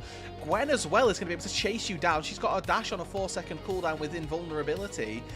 I think JDG have hit bingo here, hit the jackpot in terms of what they're looking for, and AL have almost played into that. Flandre is going to have a massive performance on the Scion to prevent access to that backline. Hope and Shanks are going to have to find damage in Varus's kit that I don't know that it exists if he goes for the poke build, and I think that Shanks obviously on this rise, we know it can do damage as we move later on into the game, but he's going to have to be prolific in his positioning and his skill shots, because if he lets one go wide, he doesn't have the DPS to carry the fight. Dude, Tabe's sitting back there like, you played right into my hand. They did. He's got exactly what they wanted, and I love we get to see Han Q with the Anivia. We get to see some spice from the CFO time between them in that game number 1 as well, and continuing that kind of pace of play. I feel like they're going to try to be pretty proactive on their side, and that play is going to be centered around Vampire, Junjia, and Hankyu. And Ryze can never really look to threaten an Anivia either, because as soon as you hit level 6, again, the power of this wall is crazy. Like, the power of a Crystallize just is so strong versus immobile carries. Ryze looks to threaten you with a Rune Prison, wall. He tries to threaten you post level 6 with a Rune Prison, ulti, stun, wall. It's so tricky! Well, we're getting into it now. Game 2 in the Tabe Bowl. JDG versus AL.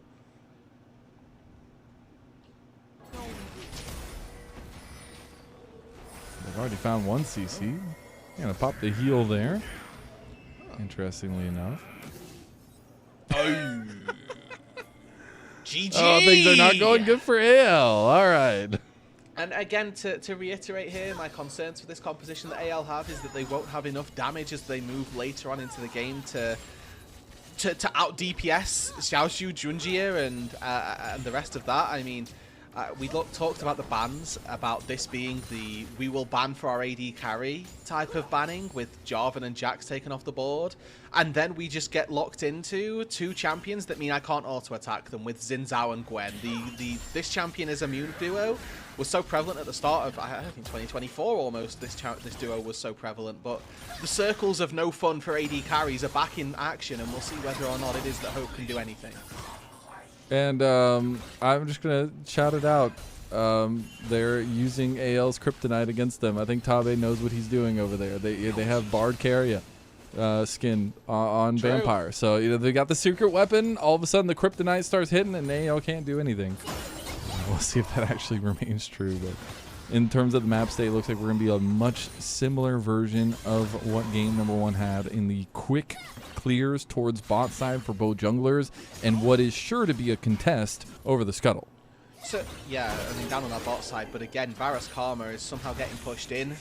The Bard and the Sivir are doing really well. I think the power of that Sivir early on is that she can just ricochet the wave. She might have to trade a little bit of health for it, but you can see there's not too much of a response, and this is what Sivir does really well, is neutralize these really threatening lanes, move up into this attacking of a wave, and push that wave underneath the turret. Not too much that you can do as Hope and Kael unless you want to try and flip them all in, but you're going to have to do that in their wave, and you're just going to lose. So really good start out to this bot side, and it means that Prio in that crab is going to go the way of JDG. We'll see whether or not Tarzan's able to do anything with that, but you can see he's already working his way up to the top side. He knows he's not going to get anything down in that bot lane. And my question, or my sort of theory for this jungle role this game is, Tarzan's going to have to try and focus in this mid lane. The second Anivia ding 6, it becomes pretty much impossible to try and make anything happen versus her, because she's just going to slow you with her ulti, and stop anything and just constantly clear waves. But up until then, she's quite susceptible, so try and burn that egg. Try to get a advantage going your way. You know, let's start looking at how we can play our advantages or play our composition as best as possible, and I think for the most part, getting that early lead once again is going to be tantamount to success for anyone's Legend. And we'll see exactly how they want to do that here, as it was a calm, cool, and collected first clear. No crazy fights, no game-deciding moments. But we'll get back onto the map for both junglers, probably pathing back down towards bot side to potentially set up for a dragon. We did see JDG get out in front with those stackings in that last game.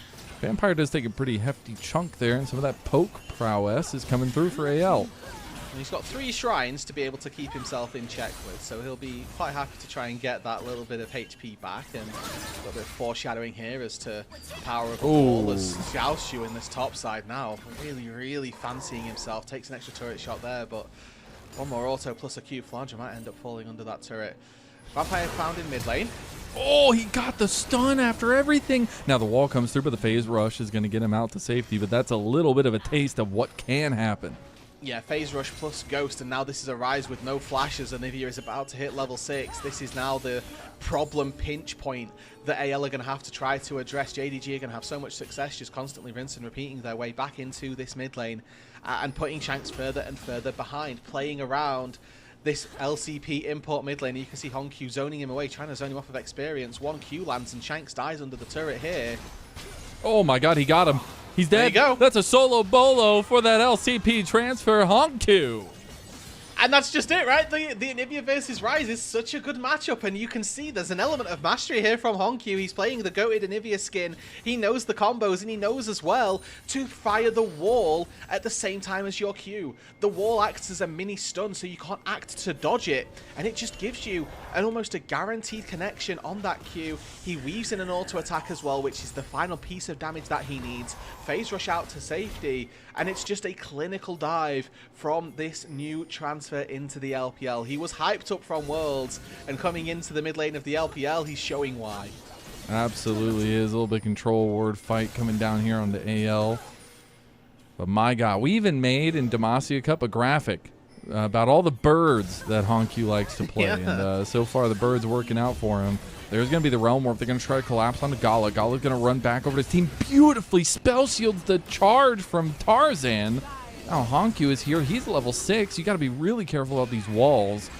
He's going to lay down the Tundra. I don't know, though. Gala is still waiting on the side here. Vampire tries to get away. Now the rest of AL going to try to collapse. They are split. They're going to get the flash play out of Tarzan. They're going to get the kill onto Junta here. Will get the Scuttle Crab in the end. Crescent Guard his way away for just a moment, but will eventually die to Shanks. Yeah, JDG still working on that synergy a little bit here as they decide to split into 2-2s that ultimately get collapsed upon, not quite able to find the same teamfight success as they did around the Baron in game number 1. And it does secure a quick kill over to Shanks here. A little bit more success and a little bit more chance for him to survive in that mid lane. He goes forward, picks up some Swifty shoes, which are actually going to work overtime versus the Anivia. Again, a lot of slows coming into her kit and hopefully being able to walk out of the ulti a lot quicker than anything else. But you can see here, just standing and tanking it, keeps himself walled in, but he's not got too much damage just yet. But this Rise, you can see, even without that, doing pretty well. Dude, he's playing like a purple version of Sonic at this point. He's got Swifties, Ghost, Phase Rush. He gonna be quick. Around like crazy. This is true. Old man is spry, all right? Gone for as much of the as much movement speed as possible. And I mean, we started this series off, Lennon, by saying that this was going to be another chapter written in the bot lane between these two, marksmen in the LPL who have had their fair share of stories. Unfortunately, I think that the Sivir versus Varus matchup isn't one that lends itself to having a new legacy story being written, that new chapter that is particularly exciting, let's say. And the way that this series has progressed as well, it's largely been about Hongq and about Junjie. Yeah. Junjie decided to throw his life away for a Scuttle Crab, and Hongq decided that he was going to solo kill his enemy. So there's really good stories and bad stories. I just think it's been so incredibly awesome to watch Hongq's growth over last year at the internationals, even in the LCP on that CFO roster, and the big carry moments he was able to rise towards, and in his own picks, in his own style as well. But You also think about the way that this guy has entered into the LPL itself. He's still kept his same style. I mean, when you get praise from the GOAT Faker, I think that goes a long way to show your character and the way that you at least play the game. And I think we're seeing that a lot in the LPL. We are indeed, and I'm just seeing the power of this Anivia, man. This champ is so OP, and nobody plays it, especially in these situations where you have immobile carries. What does a Rise do? You know, imagine you're playing this versus Yone. Yone hops over your wall or hops into you when you throw a Q out, like you just get absolutely slammed. A Rise just doesn't have that capability. It's so daunting to try and find a way to play this game for Shanks and for Hope as well. I also just think it's something else that came through, and since it's the Tabe Bowl, I get the right to talk about anything Tabe related in AL. It was something that Tabe brought up in some of his extensive interviews, is that, you know, the picks weren't always there. What they needed wasn't always available to the players he had at hand. And I'm not saying HonkQ solves all that, but damn, having an Anivia just blind, at least there, not blind pick, but using it as a counter pick, super strong, and Tabe's loving the weapons he has. Having it in the pool, and this is why, I mean, he really enjoyed playing with Flandre as well, right? He was the pioneer of the tank Jace in the earlier parts of Demacia Cup through 2025. One of the reasons that he was really keen to pick up Flandre last year was because of those champion pools, and you can see the shades of why we're picking up these compositions once again of players. But AL hitting this dragon now, first one to fall if it goes their way, but Junji is sniffing around. Junji did take the time to take the grubs over there, so they did get the permanent. A beautiful use of the wall plus the crescent guard. I don't know which one stopped it, but something did. Unfortunately, Vampire's going to fully miss that one, and does take a chunk back after the Chains of Corruption come through.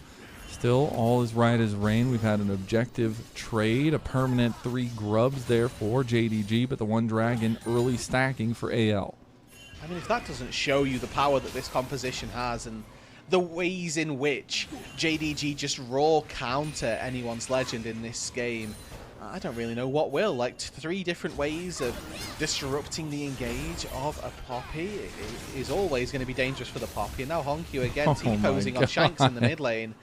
Just stepping up, taking him down, and you know, Shanks, he took Ghost this game. He's got no TP, so he's going to have to rely on being bailed out by Kael, but even in this 2 versus 1, I don't know that it's going to be too easy for him to get these minions.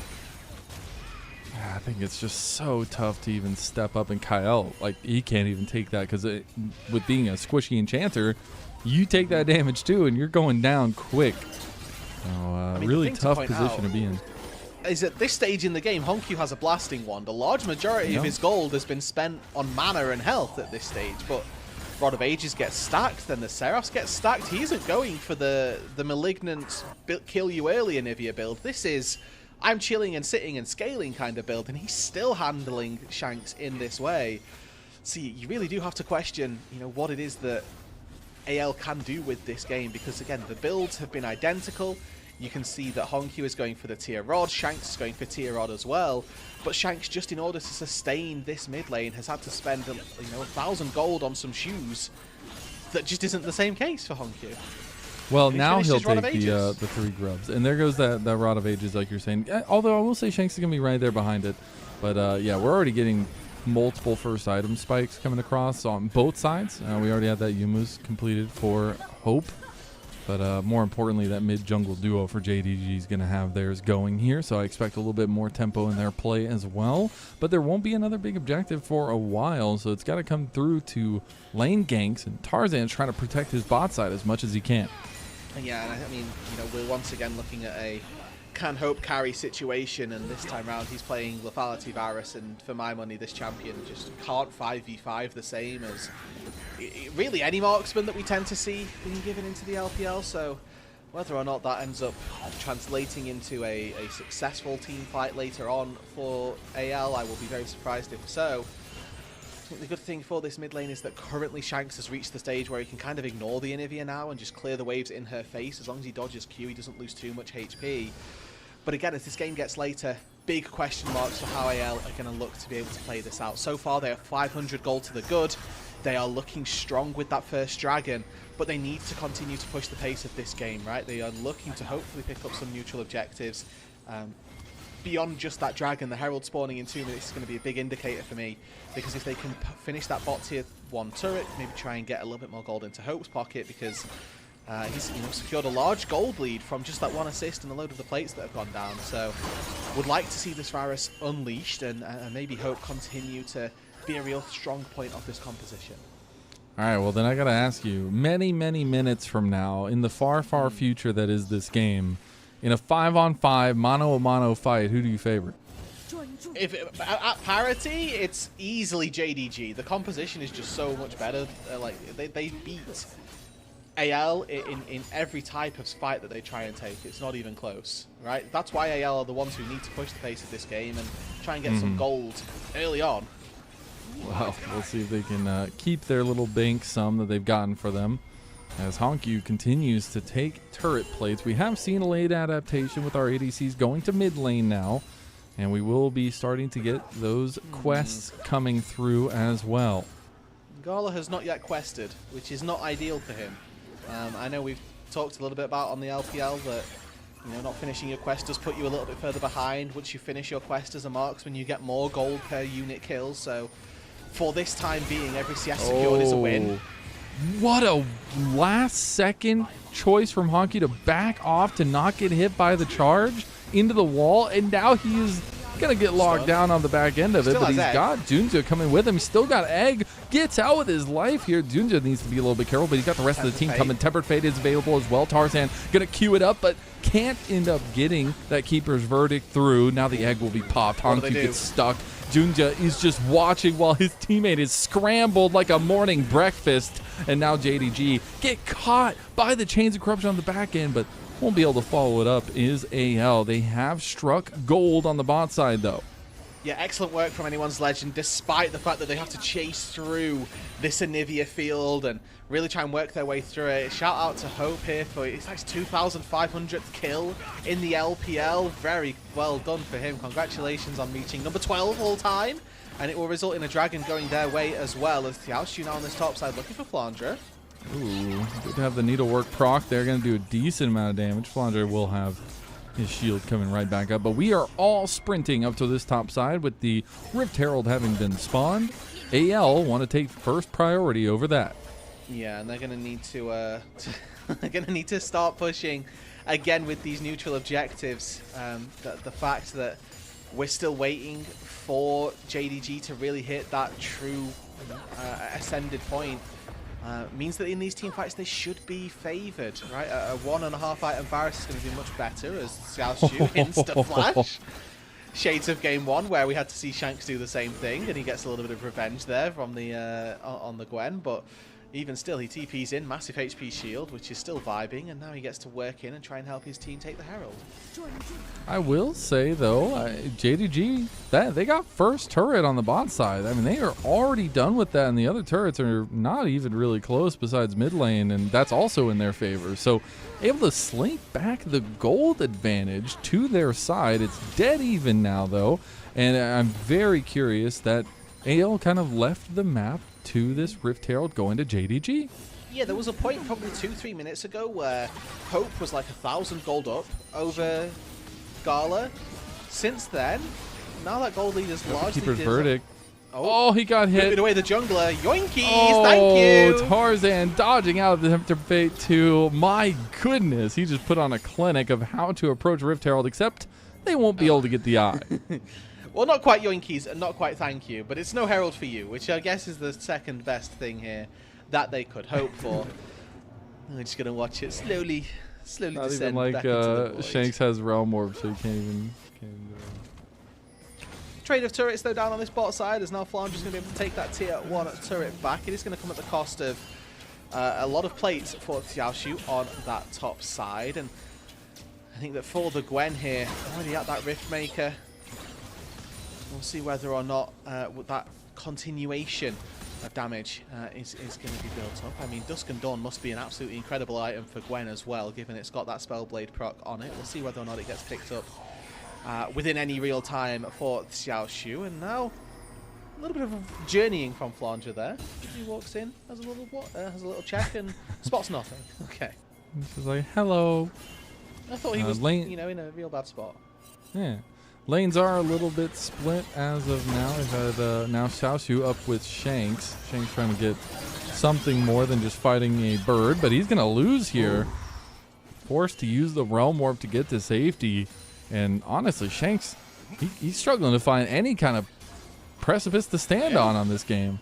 I mean, Ryze is not a 1v1 champion that, as much as Gwen is. This is a staple. He can't fight a Gwen 1v1, and the Anivia counters him 1v1 as well, so really taking any sort of side lane duels isn't tantamount to success for Shanks this game. He needs to, as we saw from game number 1, play with his team and try and have that front line. Last time in game 1 they didn't have the front line to stand tall for them. In game number 2 he does. So use your team, make sure that they're helping you out, and these 5 versus 5s, maybe you can look to do the DPS. It's a big maybe, but team play comes first. As I just saw a second item coming through for at least most everybody. I was trying to see if everybody was going to make it, but unfortunately jungles are a little bit behind as well as supports, obviously. But he gets stopped right in his tracks as well. Zeke's Convergence Flandre is a new one. But we'll see if this ends up using or doing any good. I'm here for the Edge of Night on Hope. That I like. That I like, because he then gets at least something blocked when these engages start to try to come through. But, I mean, Zeke's Convergence, probably an okay item on Sion as the game gets a little bit later. But not versus That's not what we want.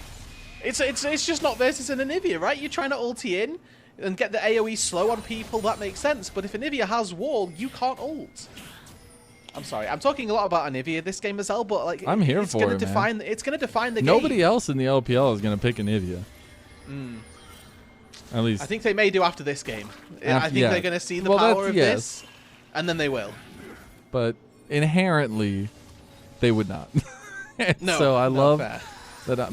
Maybe this is what the LPL needs. We need to start thinking about our crazy picks more than just our crazy gameplay. As we're getting set up for this dragon here, Rude.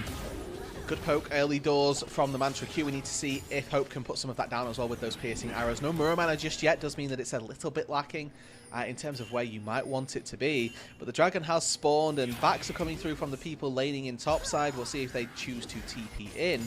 Obviously TP for Flandre going to be much better than the TP that will come through from Honkyu, just by nature of the great big shield that he's going to get as well. And that TP is the case. Good pop there.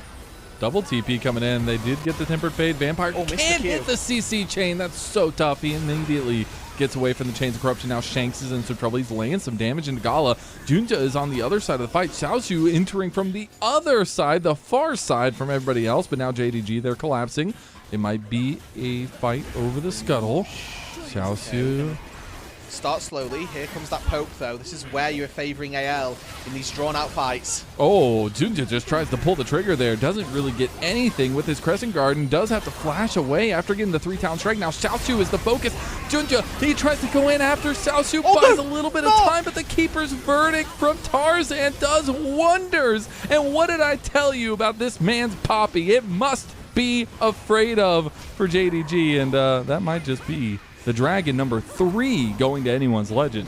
It certainly should be here, as with no jungler in sight, no jungler on the rift, it's anyone's legend putting themselves to Soul Point and Ocean Soul Point at that.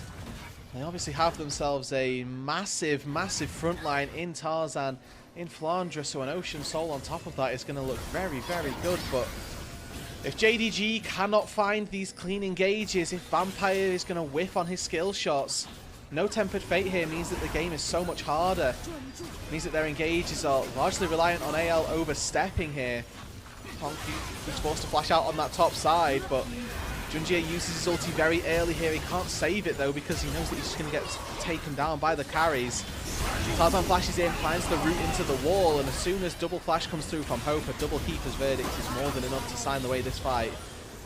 2-0, I believe, in the back end, but Hope and the rest of anyone's legend with a very, very nice start to these full-on skirmishes.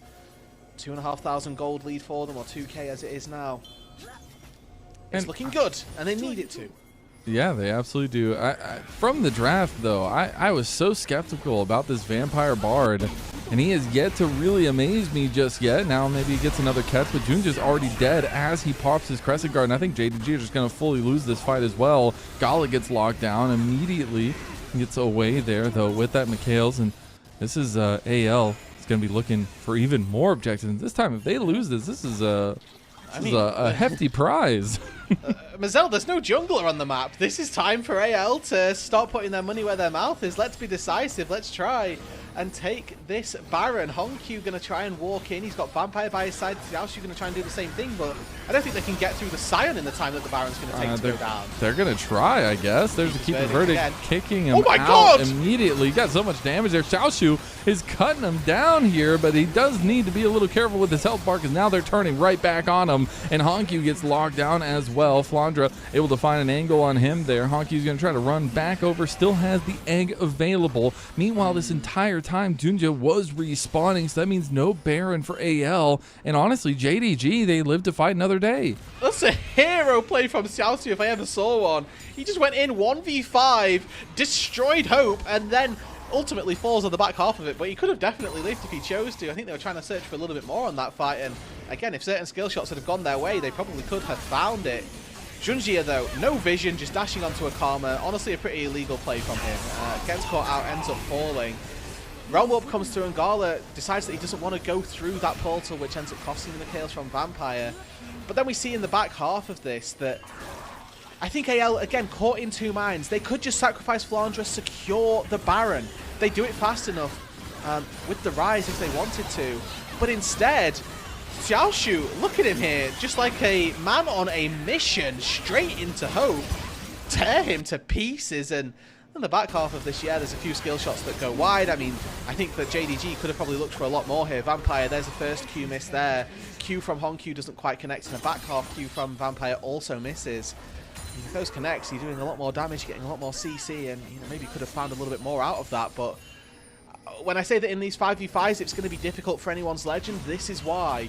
Because as soon as the compositions come to bear, there is just an advantage in the way they play out for JDG. And now about a 2,000 gold lead. Ahead about a minute and 15 second setup around the Dragon for that soul. It would be an Ocean Soul, so it gives them so much more sustain in these long-term fights if they want it with the poke of the Varus. We'll see them taking position around this mid lane to get set up for this fight. JDG need this one, and they got to find a way to enter. Yeah, and it's going to be tricky as well. No Infinity Edge for Gala, no Void Staff yet for Honkyu. I think those are the big ticket items that we're looking at if they get picked up, that maybe they can start to take these 5v5s a little bit more convincingly, because at the minute it has been very wishy-washy, very much a case of we don't know who's going to come out on top at any given time. They're going to try and find a window for Gala to recall. You have to imagine that he's got the Infinity Edge in base if he's taking a recall with the Drake up in 30 seconds. And then sprint his way back out onto the map. Finds that item in his inventory. Back out now, and that's a good sign. Honkyu has got TP as well, so if he can find Void Staff money and go back to base, then even better. And then that fight can look even greater for them. Worth saying as well, though, Hope has that Muramana being picked up. 3 items for the Varus. Nothing to scoff at. We'll see whether or not he can lay down that poke at all. We see the vision play here. AL going to try to enter all together. They are going to get caught as they enter, though. Who's going to win this battle? I think the poke is starting to win out. Beautiful flash from Junja, but Flandra is here. He's got that big shield from the TP. Xiaoshu has found the angle on the Shanks, but Shanks going to get out with the Realm Warp. Now Flandra has to try to get out, uses the Unstoppable Onslaught to use a little bit of room, but Gala is starting to cut him up. He's just throwing daggers at him at this point, though. Flandra very, very tanky. Tarzan was looking for an angle, but Tarzan gets pushed out. A lot of this AoE damage really starting to sink as JDG going to look for it. Keeper Verdict comes out. He gets walled off. He can't do it. He goes for the flash. He doesn't get it. It's going to be the Dragon focus now. 50-50 between Junja and Tarzan, but JDG want to make sure it's not. Xiaosu's going to pull Tarzan off of the fight. Junja realizes he needs to go in to help kill him. He gets one. He's going to look for a second on the Flandra. Can't do it. They do end up finding the cleanup, though, with the help of Xiaoshu. Now Junja is going to find Hope. He needs one more 3-talon strike, but can't do it. They've lost both junglers now. Honkyu is still in the pit of the Dragon, though there's a lot of damage that can come through. Hope with a lot of poke. Hope looking for the egg kill. Almost gets a double there, but he gets popped by Anivia. And now the Dragon is the focus for JDG. Kyle trying to get something. Can he get the Mantra Q? It's not. He's going to run away. The Dragon goes over to JDG. God, Mazel. It is chaos, it is carnage, but boy, for JDG, if it is not cathartic as all hell, they have just saved their game here, keeping themselves on the brink of life by finding that soul, denying anyone's legend the ocean. And I think, Mazel, that fight going their way is the beginning of the end for anyone's legend. Their fight would be so much more difficult for JDG up against an Ocean Soul, but they stop it. Now with that Infinity Edge online, now with the Void Staff being able to come through, they're going to have those items in their back pocket. Wall from Hongq, zones away all 4 members, they can get this early chip damage down onto Flandre. But this entire time, it's just a game of attrition.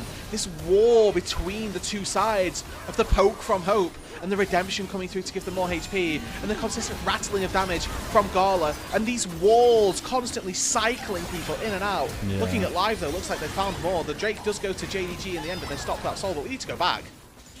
They are just rebuffing a little bit of the advance from JDG. They're ahead of the Baron pit, but my god, there was desperation reeking from AL in that fight. I mean, that flash from Tarzan tried to get the Keeper's verdict.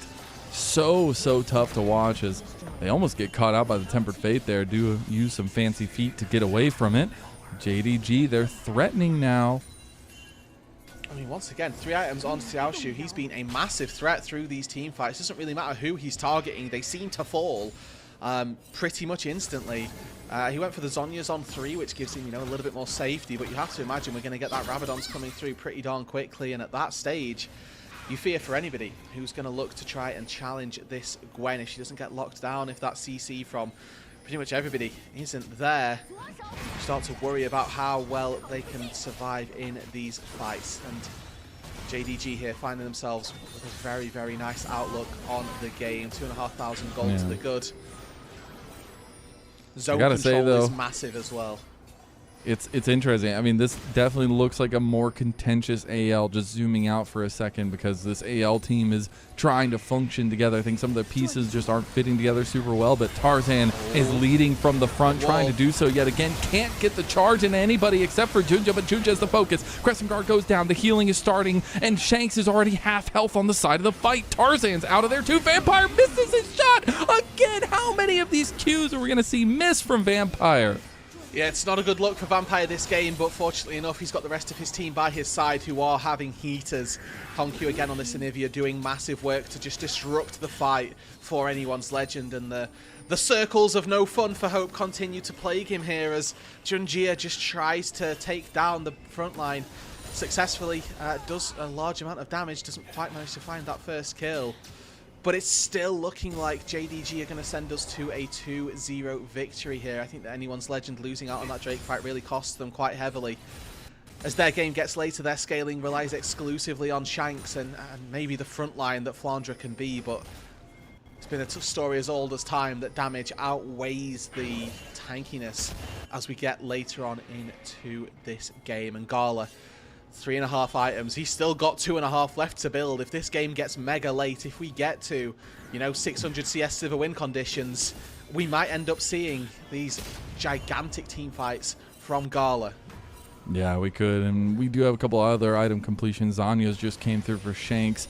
That Crypt Bloom instead of the Void Staff for Hongq as well. Interestingly enough, you also have the GA now completed for Junja, and so he'll be able to play with his life a little bit more, and we see that work out for them in game number 1, being a little bit more aggressive with plays. Now, something to think about on the map, though, Baron is available, yes, but even more importantly for JDG and AL, Dragon in less than a minute. Yeah, and I think that the time dancing around this Baron is pretty much over. I think for JDG, they need to start turning their attention down to that bot side. There are a couple of lingering wards that are still there from anyone's legend that do need to get swept out, and you can see pretty much on cue here they've looked to take those down. Good little bit of poke from Kyle, takes a little bit of HP off of Gala, and as Flandre TP's in, a wind becomes lightning, doesn't even tickle the guy. And now it's all about this poke coming through. Good early piercing arrow. Again, any damage that you can get down onto Hongq is going to stick. I really want to see Xiaoshu use his TP, because you got to remember now, with the top lane TPs, you get a giant shield. Flandre will not have his. It's going to fall. Xiaoshu will have that advantage, but if they catch out Tarzan, maybe it doesn't matter.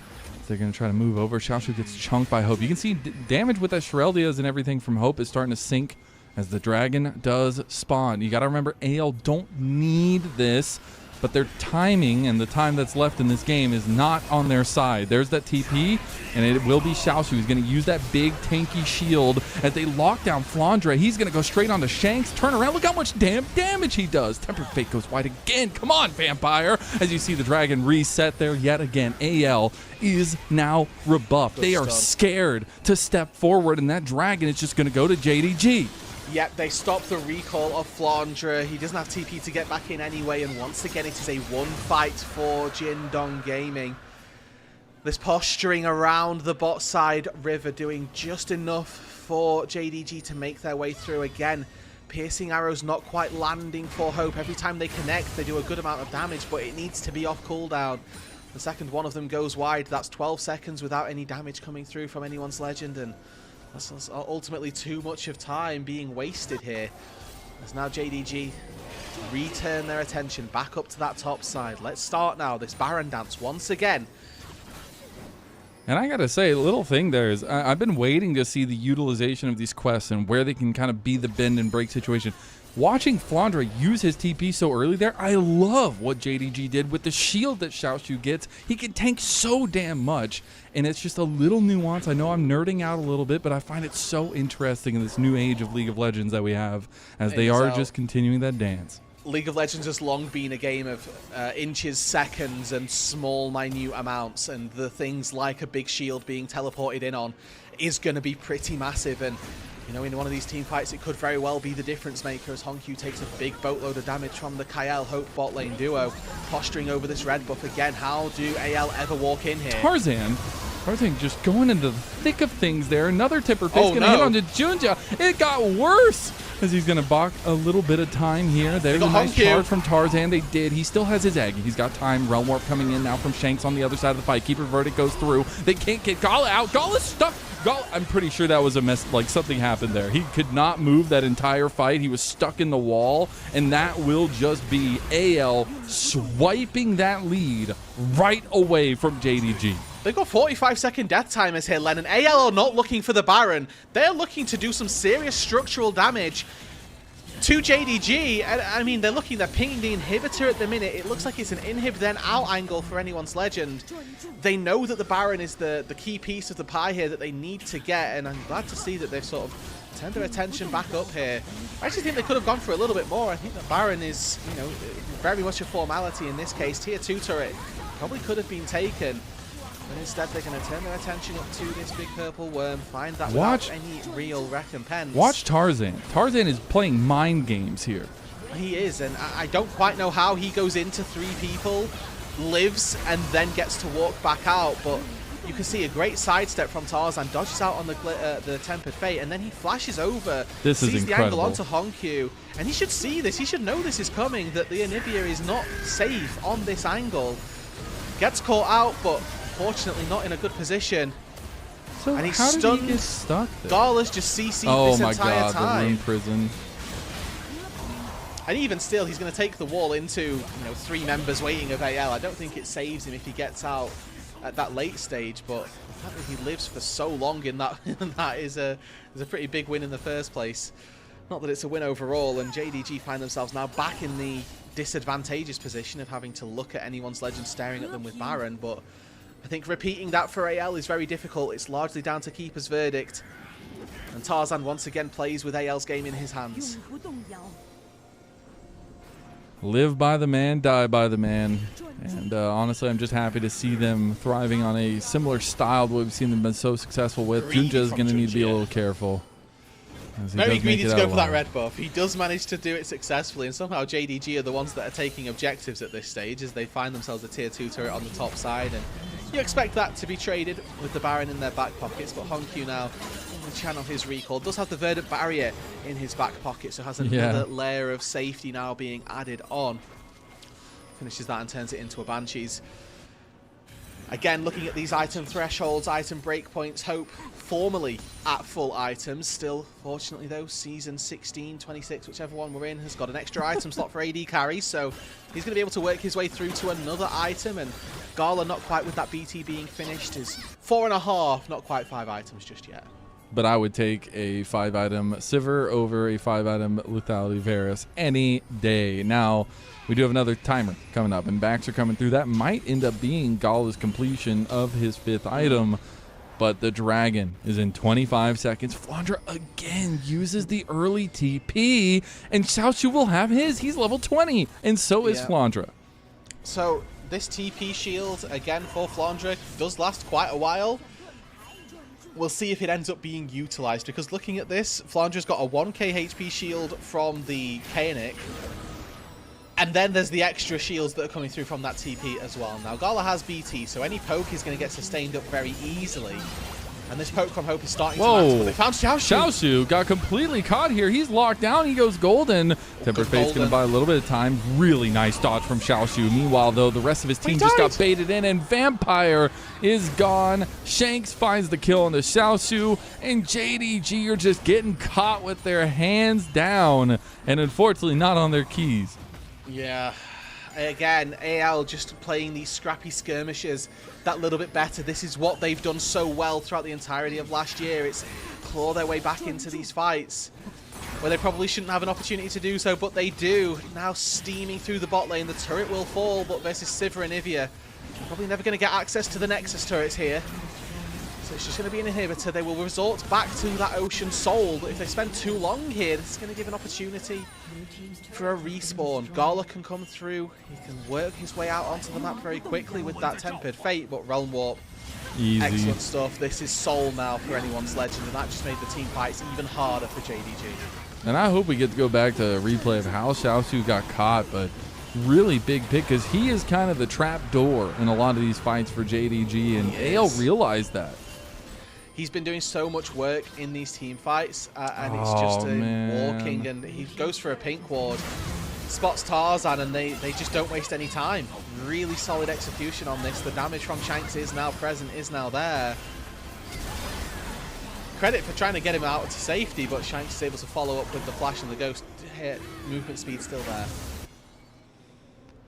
And Vampire just getting caught in transition there. Unfortunately, I just got to say it's been a tough game for Vampire. But a really good game for Kyle, although quiet. A lot of poke from him. 0-0-12, like you not too bad.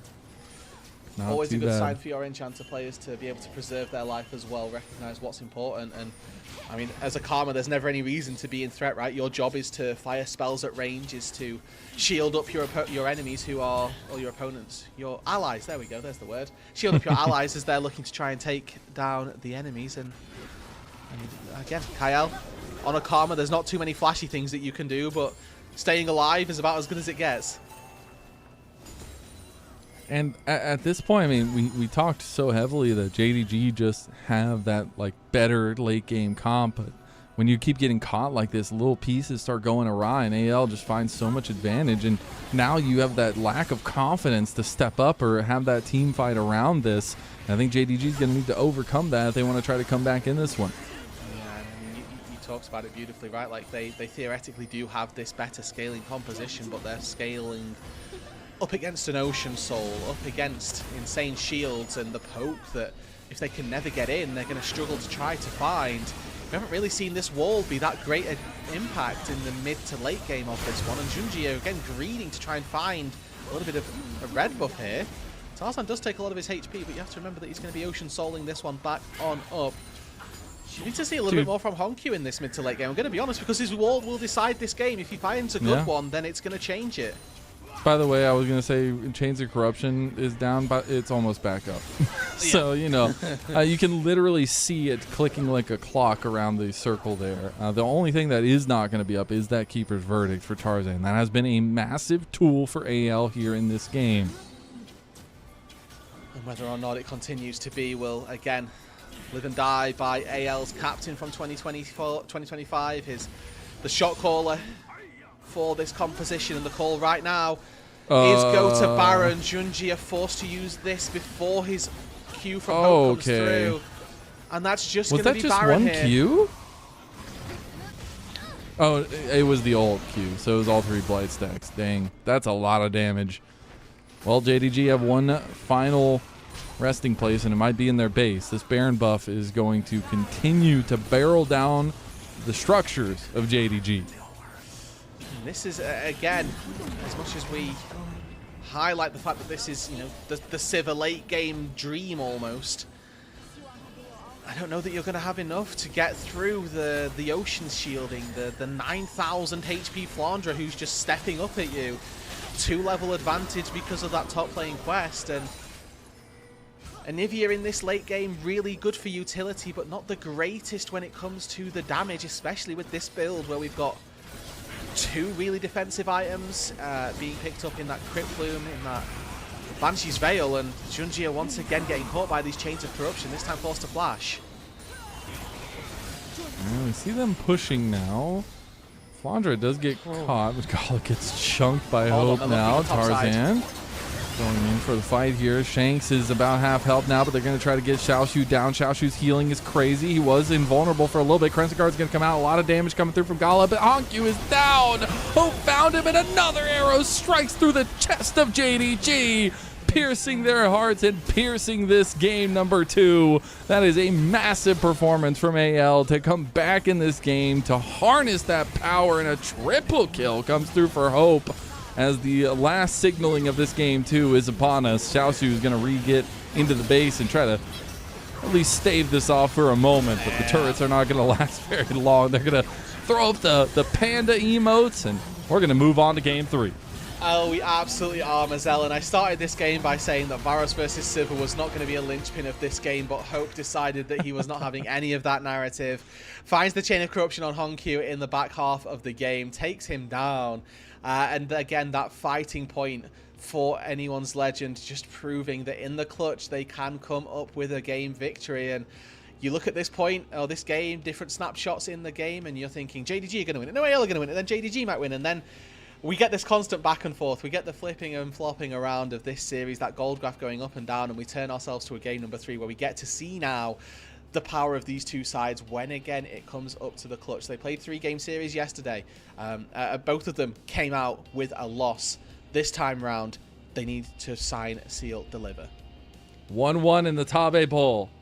It's all for Tabe's love. Whoever wins gets it. No, I don't think that's how that works. Like, unfortunately, I think that would break contracts. But yeah, it's still interesting nonetheless, and a very different, prolonged style from AL in this game number 2. Again, something that we've seen from them before in 2025. I do really appreciate that JDG didn't necessarily change their style all that much in terms of attacking the earlier game, but also having some options as they move forward. But there were just a couple catch-outs that really made the difference here. Yeah, I mean, honestly, it's all about those early dragons, right? That Ocean Soul going their way is just such a massive boost for AL through these fights. I'm pretty sure without Ocean Soul, that game looks entirely different. The amount of healing that they get from that was crazy. You look at Flandra just standing in the front line, taking several autos from a Sivir. In the late game, even a Sion shouldn't be able to stand up to that, but he's able to withstand just about enough using the Ocean Soul and using the Soul Furnace to get him up there. If one of those early dragons had gone a different way, maybe this is a completely different outlook on the game. But again, it's Keeper's Verdict, it's Tarzan, it's anyone's legend rallying behind their star jungler, who has proven once again why he is such a big name and so feared in this league. Hey, what I tell you about his Poppy, baby. I know Poppy looks really good right now, but his Poppy. To quote Mazel, this guy has the best Poppy in the world. In the world. It's just so, to paraphrase especially in that topside play where he's like throwing his body on the line, then leaves, comes back, finds so much influence. I think it's just so interesting, the cerebral nature that he brings to the Poppy pick. But can't pick Poppy again, so we'll have to see what Tarzan wants to do for that game number 3. I do expect similar picks for both junglers in terms of that kind of bruiser-ish style coming through, because it just tends to lead out to the way they like to play the game. Yeah, it gives them an opportunity to make things happen early on. It gives them agency through the mid to late game, and I think that was what we were missing here this time around. Junjie on the Xin Zhao, lacking that agency as we got later on into the game. The Xin Zhao, obviously that champion that is very one-dimensional as you move later on. He got outclassed by champion Diff because Poppy can do so much more than a Xin Zhao. It helps when you have a 5th member on your team, all right? I'm just saying, Vampire, you ain't playing Bard again, all right? You aren't on. You can't go 0-9 and win games. Unfortunately, it did not work for him. Yeah, I mean, as much of a denial pick as it was from Kyle, you can see very clearly in the gameplay that unfortunately Vampire didn't quite have what it took to pilot this pick as well as maybe we needed him to, and for going forward, obviously now Vampire can't play the Bard, which is a win Yes. for JDG almost in this instance. So maybe with a 5th member again, this game goes completely differently. But fortunately for anyone's legend, this is how the game went, and we can talk about hypotheticals all we like. AL won the game. They forced us to a tiebreaker. They forced us to this decider, and I think that that's going to be the real thing to take away from this. That actually doesn't really matter how a hypothetical we can try and theorize the game. What happened. Speaking of hypotheticals, because I'm going to keep going down this rabbit hole, if Honku builds like Void Staff and stuff instead of Crypt Bloom and then whatever the other supportive item he built was, does it make a difference? I don't feel like it makes that much of a difference. I don't think it makes that much difference, but it's definitely tangible. I don't know if it wins them the game, but it's definitely something that could have worked, right? Like the idea of this Anivia was to try and play Disruption and then use Gala to be the massive DPS threat, and honestly for Xiaoxiu to do it as well. We saw it here in this mid-game fight where he's level 15, destroys Hope. Fortunately, I think that then AL decided, actually, we can never let the Gwen do that again, and they were pretty solid at stopping that as well. So really good stuff from AL in terms of adaptation. But like you say, the hypothetical for JDG is, does the damage from Anivia actually matter? And I mean, at a certain point, I really do think it does. So again, different choices could have been made, but does then Honku die a lot more frequently because he doesn't have these defensive items, you know? So that's the beauty of hypotheticals. You can keep going. We just keep on building. Yeah, you keep a lookout on some of the clips that we saw through here. It was not without a fight. Like, JDG went down swinging, but I still really, really love that we got to see kind of that righting of the ship that I literally talked about coming into the game and trying to figure out, like, is this AL really going to falter after what was a beautiful series against BLG just last night? Yeah, I mean, they just might, unfortunately, is the answer here. And even though they won game number 2, game number 1 was obviously favoured by JDG, and there wasn't particularly a route back in for AL in that game. So them finding 2 losses against 2 really powerful teams in the LPL, again, not necessarily the start out to their year that they might want, but I think this was the pick of the game, by the way.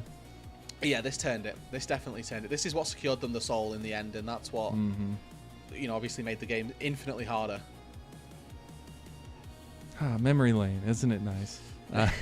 Sometimes. I am still sad Honku didn't get a win on the Anivia. I do still love that he's picking it. You could see the power. I mean, Shanks hated his life for the first half or more of this game, mostly because of Honku, and I hope we still get to see that kind of style, even if it didn't end up getting the win here. I don't think it was singularly his fault, at least. But now we got to give player of the game for game 2. I think it's Tarzan.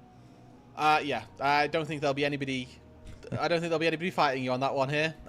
Very much likely to be that guy, because he did just pop off pretty much throughout his keeper's verdict, saved them on multiple instances. So if it's not Tarzan, we'll be very sad. Argument for hope maybe for his team fighting late, I guess, I could see it. His poke was pretty nuts. So I think those are the only 2 that end up getting it. I still think it's funny that my little nerd geek out of the TPs didn't matter in the end. Like, it's just little things, you know. Yeah. But Flandra on the Scion, one day it will. Flandra on the Scion looks pretty good, but again, we felt like it had to be the Poppy, and just some of those micro movements in those fights were impeccable. So nice to see Tarzan pick up his 2nd MVP. I mean, we look at there was a fight in the red side jungle of Anyone's Legend where he sidesteps Vampire's ulti and actually ends up sealing Junjia's fate, right? Or it turns out to be Honku that ends up dying, but if he doesn't sidestep that ulti, he can't then reposition on the flip side of the fight to walk around and flash and get Honku stunned into the wall. So he did have good movement, and he had excellent plays throughout this game, and it's a very, very real reason why they were able to turn this game around. It was indeed. Well, that is it for game number 2. We get the ultimate showdown in the Tabe Bowl coming up next. Only one can walk away winner, JDG or AL, who's going to walk away with a win on the other side of a loss from yesterday. We'll see you for game 3.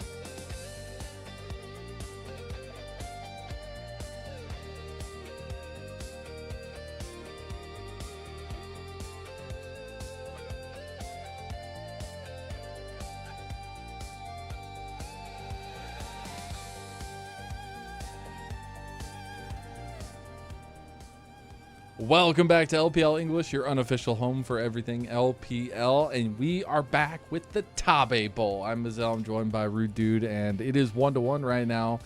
Even as JDG seemed to falter in that game number 2, they have had a very strong performance on the day, and we wonder, does AL have what it takes to finish this one out, just like they did so many times back in 2025?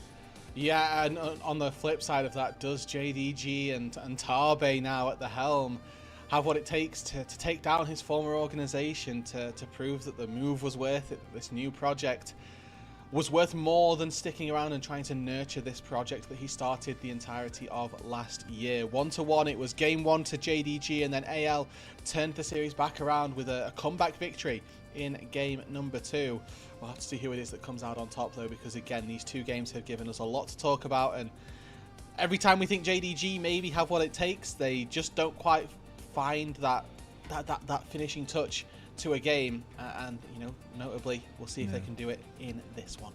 And I feel like what really shone through under everything last game was some of that difference, right? I mean, AL is a team that, yes, they don't have Tabe, but it's a team that's stuck together. That's what we talked about so much coming into this series is what does a year 2 with this roster that reached such highs, that got the first championship for their organization last year, made some good placements at Worlds, and especially being able to find that consistency in a second year, whereas they're facing off against a team that's still coming together. Yes, you had Demacia Cup.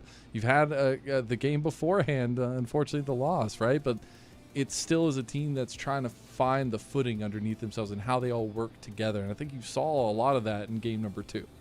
Yeah, it's about making sure that we can consolidate on those pieces that we were given in last year, right? Like, they were given this massive structure. They'll have been taught, shown how to play the game and what it is that successful League of Legends looks like. And I mean, they're going to have a slight advantage as well in the fact that they're playing up against their former coach, right? Like, they're going to know the teachings that are going down and expect the playbook. But it's whether or not either of these 2 teams can actually, or which one of these 2 teams put good or make good on that former knowledge being used. So a couple of big things moving forward in this game number 3. Obviously, a deciding game in the series. The big players we want to highlight, I do feel like we saw a little bit of a come up from Hope in that last game with some of the positioning he had, some of the damage he had. Tarzan finally took the reins back from this horse-drawn carriage that they're riding in. Because it felt like he really had control over what AL wanted to do. That's going great for them. The combination of Honkyu's aggression in the mid lane and Junja using that proactively has been incredible to watch, but they need to have that again in game 3. Yeah, and I mean, it was sorely missing, unfortunately, from game number 1. They had they had Honkyu really destroying things in the mid lane, but it didn't feel like Junji was actually there to follow up, let's say. So we need to make sure that that's actually going to happen, and that in reality this duo can continue to be a duo instead of Honkyu leading the charge and Junji trying to sort of fly by and get through this game with a strong mid laner. He needs to be contributing as well. Yeah, and hopefully we'll get a little bit of a taste of what these teams want to accomplish once we get into that draft. Are there any big picks that are still up on the table? Do we feel like there's different bands coming through this time around? Everything's sticking the same and seeing much more of the same? We need to see who chooses which side, and then also who's getting first pick, right? Because the previous sets of games we had AL on that red side. JDG this time round end up on red side, but they are the ones with first pick. So the bands you would expect to be Jace getting taken off the board here. Now, leaving the Jace up, if you are AL in this instance, because they're the ones that don't have first pick, is a call out to Junjia to say, do you play this champion? Because it has been ruling the roost globally. So third ban here for AL is just Jace, unless they're doing something completely off the wall. And JDG kind of have their pick of the litter. What do they really fear from anyone's legend? Oh! Well, that is going to be the Jace ban by JDG. They did ban that away when they were back on the blue side. You have first pick and you're banning Jace. That's a big red flag. And now it just swaps. So Malphite goes to the red side ban instead. So, they just swap places. But we need to really see what JDG want. Is it going to be early focus for this mid-jungle duo? Are they going to go with something that can really be ran through the map by Zunja? And it looks like it's going to be the J4.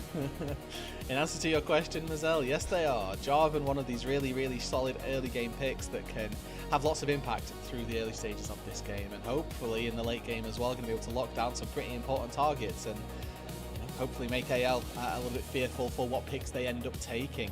We're going back to pretty much the start of last year almost here with these two picks getting locked in. We're back to AD, Bruiser, Jungler meta. This was something that was banned away by JDG before. Yeah, it's a big Tarzan pick as well. He was looking so good on the Wukong throughout the entirety of last year. What are they going to pair this up with though? Obviously Orianna taken off the board, so we might end up seeing some top laners maybe if there's an AD carry that is looking really, really strong. Let's go. His Rek'Sai, baby. We talked about it. We had the 2025 Worlds Fladra stats. It's all about the Rek'Sai. That's good. That's good. I like to see this. This is it's a callback, right, to the graphic we threw at the start of the show. He plays Rek'Sai at Worlds. He wins on Rek'Sai. That's just the way that Flandre does it. He's taking it blind this time round. So this is again a call out to Xiaoshu. What do you have in the tank? Renekton is a notoriously bad answer to the Rek'Sai, right? The Rek'Sai typically picked into it, but if Xiaoshu wants to go for comfort, he could very well opt into this matchup and say, I'll do more later on than you can do to punish me. You got the fish in the barrel combination locked in for JDG with the Misfortune and the Jarvan. We'll see what they want to kind of finish out this first phase with, but I expect something to help continuously set up that Misfortune to get as much damage in as possible. They're really going with kind of set pieces into their fights, and now the Rakan locked in as well. They are going for wombo and combo, and those are the two things that they will be speaking today. It's going to be a wonderful little 5-man duo, or 5-man composition that JDG are going to press R and pray to the lords that AL die. Now, the issue with this is that you can just pick things that hop out of those ultimates. So I'm looking at this Ahri in particular. I expect to be locked in for Shanks. Was again a pretty decent pick for him, if memory serves, throughout 2025. But then we're looking at things like Corki down in the bot side to get banned away by JDG, because it's not just a pick that can kind of go toe-to-toe with a Misfortune early on. It's also very powerful with a new crit build that has emerged if people want to go for that, but also has the Valkyrie to get out of any dangerous positions that the Jarvan may put you in. So it's a triple-fold approach as to why Corki should be banned, and I think JDG would be wise to do so. Well, they AL already has 3 dashes on each one of their chances. I feel like it's, JDG picked this comp because they knew it was comfort for themselves, and they want to try to use some of that in game 3. But these bans extremely important. The Aurora ban going to be there for AL. We'll see if JDG do focus on that bot lane at all. Yeah, making sure that there's a decent mid lane matchup here for Shanks, because Honkyu has, without doubt, been getting the best of him throughout the duration of this series. So getting him a favourable matchup is going to be very important for them. There's we'll that see Corki. If that continues. And yeah, Corki ban, no surprises. A little tip of the hat there, buddy. Good job. Thank you. Do wonder if they're going to kind of keep that similarity going. I would honestly not mind any support bans from JDG. Maybe take away something from Kyle, but the Cassiopeia is going to be taken away from Honkyu. We've seen that before somewhere. Yeah, I think that the Cassio is a very good ban, especially with the grounding effect that she has. If you get caught by a stun, get caught on grounded, then all of that mobility all of a sudden goes to the wayside. I mean, there's an argument here for a Janna pick for Kyle, but that's just so far out of the meta that I think I'm wishing a little bit with that one. Maybe Nami gets picked up though, as an actual disengaged champ that we end up seeing. You know, the wave can be pretty good, or Renata. And they can't do anything about this. JDG can do nothing about this unless they're going to take solo lane Rakan. Renata is free for the picking. Yeah, that's that would be so tough. And Renata is so good. That's why I was shaking my head. It's like, it's so ridiculous into this comp already, and there's still 2 pieces missing from JDG. They need some kind of consistency. Maybe that comes from the mid lane. Wouldn't mind some extra damage to be layered in on top of that Misfortune, and the Victor is going to be the answer. And now you just have to pick a top laner that doesn't particularly auto-attack. And, well, we'll see. Like he auto-attacks, but all I feel right. like he auto-attacks too, I'm going to be honest. They're just pretending that Renata doesn't exist. And she does. Renata and she's coming to them as Nightmare. Yeah. Not great. But paired up with duo, Kalista. I don't like Kalista, I'm just saying. No? Okay. I mean, that can also hop out of the Cataclysm. It can. Is my retort. But will it But it's carry? difficult to pilot, and it's also going to get slammed, you would hope, by a misfortune. I think this is, again, going to have a lot of waiting on how well Vampire does. And if Game 1 is anything to go by, that's amazing. If Game 2 is anything to go by, you should be scared, because there are two different beasts thus far that we've seen when this guy plays his champions, and we will see whether or not he ends up piloting this one as well as he did the Nautilus, or as well as he did the Bard, which it's like rather forget. Night and day. Huh. That's crazy with a vampire. Huh. But anyways, this is the final bout in the Tabe Bowl. Obviously, Tabe there, the new coach of JDG, spent all last year with AL and really was a cornerstone of bringing in Tarzan and Flandra to make that team as good as it did end up being. And now he's got his new project that he's excited about, facing up against his old team. And we've seen that, like you had mentioned, foreshadowed to back and forth from both teams. But this is where it all comes down to. And a third game wouldn't have it any other way for this one. And I think it's fun to see some of these narratives developing. Both these teams are coming off pretty tough losses, and to kind of get that buck up in the season, and especially as we move forward into this split number 1, is important as ever. And game number 3 rather, the final deciding game of this Tabe Bowl will be decided now.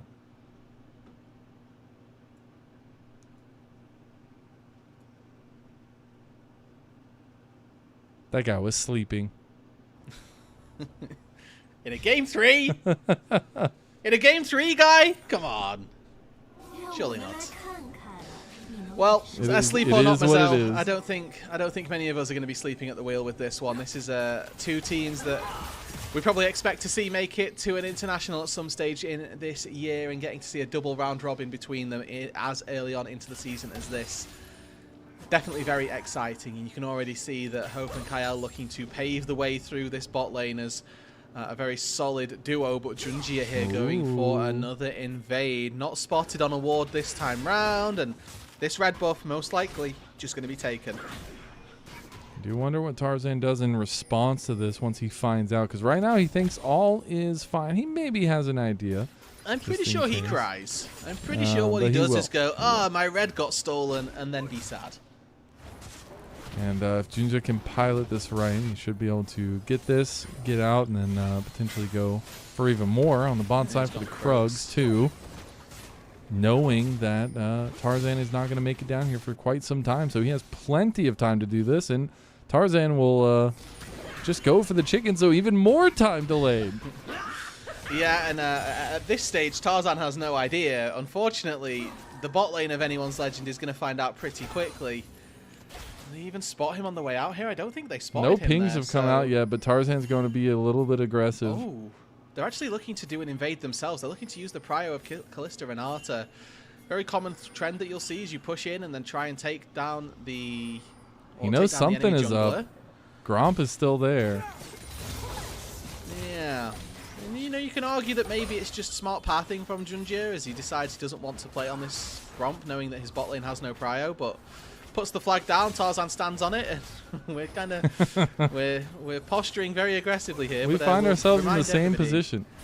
This is Kalista Renata that we're trying to take this early fight up against, and at this stage you have to imagine that Flandra's in trouble first off, but you have to imagine that Tarzan's figured something out here, that something's not quite right in terms of what camps he's got, because he still hasn't checked his red or his Krugs.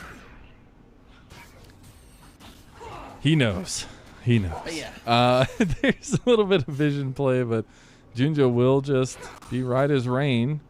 Continue clearing up towards his top side. He's not even going to go for the scuttle. The big thing that Tarzan could do right now is go for that cross-map scuttle, because now he has the unfortunate information. He is going to just dart straight up there. I wonder if Junja goes to contest it or just continues clearing. He's got 3 camps to try and take. If he loses out on this fight, then he loses out on a lot of control around. He's a level up. 4. He doesn't have mid prio, and his top laner is TPing back in, so looks like it's just going to be a forfeit. Double knock up there, but that might be the window for Might have liked CAL get a little bit more aggressive there as they you know, knew that the cooldown wasn't quite there. Looking at Gala's summoner spells as well, he's had to go for the cleanse this game, just knowing he's got to try and dice up against a Renata ulti coming his way. But I think that, you know, when you use that barrier like that, that's your window to start trying to get aggressive onto the Misfortune. Use that bailout to try and go all in. A little bit of a window, maybe missed, maybe they just know better. I don't want to toss things that early, at least. Konkyu, no mana, just gets massively traded. One more auto might have done it, didn't get it in. Now Flandra is in trouble. Flash play from Junja. Beautifully done as he's trying to hunt down the monster in the top lane, but they've got a monster themselves. First blood for Xiaoshu. And that's grasp secured, grasp kill being secured there for Xiaoshu, and Flandra on this Rek'Sai not quite able to really have the laning phase just yet that he's been hoping for. Yes, he's 5 CS to the good currently, but finds himself down a little bit here with that first blood going the way of Xiaoshu, who goes back to base, picks up that Sheen of all items, and is now going to be very much in a good position to start trading up against the Rek'Sai. As we get later on, I do think that this Rek'Sai has a pretty good time of things, I will say, because he's going to be looking at a Misfortune who doesn't have too many ways to deal with it. But a little bit of a replay. Good flash follow from Junja as he finds access to the Rek'Sai, and the Unburrow knockup not quite enough to keep distance from Xiaoshu. And first blood actually matters now. 400 gold, baby. Yeah, more gold. Xiaoshu is going to try to catch up a little bit on this CS. Flandra goes for the proxy. Do want to say, though, we have objective on the map. It is the first dragon. We've seen the dragons really lead to the advantage of whoever can kind of keep priority on that objective. And we do see at least Tarzan heading down to this bot side. And with the priority he has in his bot lane right now, maybe they go for an early drag. Definitely on the cards with Kalista to smite secure as well. Do want to point out the position of our top laners currently. Obviously, we've got Flandra in between 2 turrets, working his way towards that quest completion. Versus Xiaoshu, who's getting a little bit slower in that, but this obviously gives a window for Flandra to start to make a move, start to roam. He is spotted, but he doesn't currently know that Junji is here. Oh no, he doesn't see Junja because he's standing still. That's crazy. That was terrifying. That's very funny. One of the counterplays that you have to Rek'Sai. Now 3v2 mid. Oh, he tries to get the knock up there. Shanks tried to go through with the Spirit Rush. Now Flandra's got to be careful, though, as you do have the Arcane Storm being thrown through. Flandra needing an exit tool, but he can't. He's just going to burrow and try to heal up a little bit, but that's going to be another kill going to Xiaoshu on his Zahen. That's 2 for nothing now. That's a second kill being picked up, and like you say, 2-0 onto Xiaoshu, and it's Flandra who's paying the price here for anyone's legend as they looked for a play into the mid lane, weren't able to find it. Yes, Gala's going to lose out a little bit down on the spot side, but he's collecting these CS just fine as Vampire did spellbook TP in to the mid lane. Now Honkyu getting those Victor books from that early assist means that he's got the empowered laser. He can look to try and push Shanks a little bit further underneath the turret, and really make Shanks have a pretty miserable time of things, I must say. Shanks has not been having fun this series, I feel like. No, and it's at the direct hands of Honkyu. Even though he had a little bit of advantage, a little bit of push in that lane just a few moments ago, did not last very long. Now we've come to an interesting predicament on the map, because this is where grubs are spawning in about 30 seconds, and Dragon is still up. Yeah, and obviously we want to try and get those quests completed, but we may end up just seeing those neutral objectives be traded. I think that with Junjia, who's got a really powerful, theoretically, Zahen in this top side, so you would expect the grubs to be the thing that we would see picked up by JDG. Good knockup. They're going to use the charm too, but here comes all of them bullets as the hostile takeover does exactly what it needed to do. Stop that from coming down even further. Will be the Dragon, though, that had gotten started by AL. They used some of that distraction, but it's taking a long time. You got to remember, Dragons are tankier and healthier now in 2026. Kyle almost dies outright as JDG will come in and just say, thank you for the leash. And Honkyu not quite able to snipe a laser there onto Kyle, but it will be the Dragon, you'd think, secured as double recalls are coming on through. Quick charm from Shanks here. He's going for the Veganari build, so he doesn't do any damage just yet. Later on, we might end up seeing some damage come through at the 3rd item marker, but Rod of Ages means this Ari, for the time being, not particularly relevant as Flandra I don't know if misclicks He's forward or just terrified. decides to go in anyway. He just won't ease forward, setting up that tunnel to be destroyed, and that's a quick little boost as well being picked up for Xiaoshu. A little bit more gold in his pocket. And he's got the coal, by the way, so he's still just going to be having a little bit of a dump of gold as time goes on here. But that's just such an interesting position to be in. I mean, about 1,300 gold lead for JDG right now. The grubs are up if they want to go ahead and take this one. They have a little bit of priority. They're going to get an all-in from Hankyu here. Arcane Storm being purchased by him and used, but nothing else comes of it. Yeah, I mean, the thing with Victor this early on is that Ro has no damage, so Shanks is happy to just walk that out, still has his ulti. And Hankyu now may be a little bit susceptible to falling as... we've got level 6s being turned on by mid laners and junglers alike, so ulti's up and ready. I'd like to see some priority in trying to take down this Victor. As you can see, he's just continuously pushing this wave underneath the turret of Shanks and looking to try and farm up a bit of an advantage through doing so. Surprised Junja's keeping about a 10 CS level advantage on Tarzan so far, and they've started up the grubs, I believe, up there, so he'll get even more XP coming through.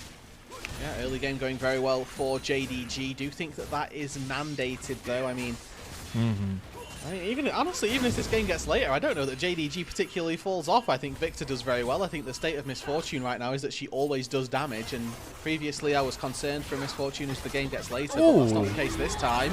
Nice little sidestep from Hope. Oh no, Kyle misses the knockup on a Gala, maybe just not wanting to go under turret range, but that is a little bit tough, a little bit of a trade on the 2v2 in the bot side, but I still do feel like Hope needs to find a little bit of something in terms of gold for this Kalista to get online. Yeah, absolutely. It's not going to be easy for the Kalista navigating these team fights later on because Misfortune can just auto-attack you for a boatload of damage. They had no idea Junjo was coming around the corner there, and they paid dearly for it. That's going to be 4 kills going early to JDG if they can finish off Kyle. They'll have the bailout. They will leave him to die. Maybe Gala. Oh, Gala couldn't get in there. Junjo will get the kill. Yeah, not sure if he was on cooldown there for Gala or not, but Make It Rain would have been enough to secure the kill. Either way, though. Quick little pickup for JDG down on that ball side. They're now 4-0 in this game, looking very, very promising as they move through the first 11 minutes of this game. And Anyone's Legend, for the time being, not particularly accomplishing all that much. I think you're quite right in that the Kalista probably needs to get going and do something early on. Not necessarily going to be easy for her later on. The Ahri with this build, not going to be easy for her, really ever. And as you move into the top side as well, Rek'Sai might be able to try and 1v1 the Misfortune, but I don't know that it's going to be enough to take you all the way through this game. And man, we're already getting first item completions. Hankyu with the first one, and it's going to be that Blackfire Torch. So being able to do a lot of damage. Already, you saw it there, kind of clearing that whole wave in one go. And he's also the first one to complete his quest. Quickly alongside him is Xiaoshu.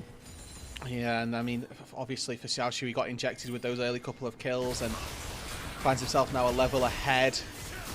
Was the matchup that he took here, so knows that he's got counter pick, let's say. He's expected to be doing better in this matchup than Flandre would like, but we've got a dragon spawning in a minute 15, Mazel, and I think that previously we might have expected Anyone's Legend to feel comfortable starting this up, but believe it or not, the 4-5 gold lead that Hope has for himself is not a big enough one to give them prio down on that bot side. That is true. That is true. We'll see a little bit more contesting on the top side now. Flandre going to use his tunnels to make sure he can heal up a little bit. Does complete his quest there, so at least he's even in that regard. Also does have that Titanic Hydra completed. Maybe an all-in for this fight as Tarzan comes over. Flandre gets knocked up, and now they're going to try to chase. They're going to follow. He's got the dive, though, and Xiaoshu stays alive. He's got his passive up, too, and he's going for the kill. Get the flash! Xiaoshu is a beast, a monster, anything you could ask for, and he's playing Zai ahead like a pro. And now they're going to dive on the bot side as well. Hope falls under the turret. 3-man band from JDG. They are finding success everywhere. Hope down an almost 4,000 gold lead for JDG. Tabe is grinning ear to ear backstage right now.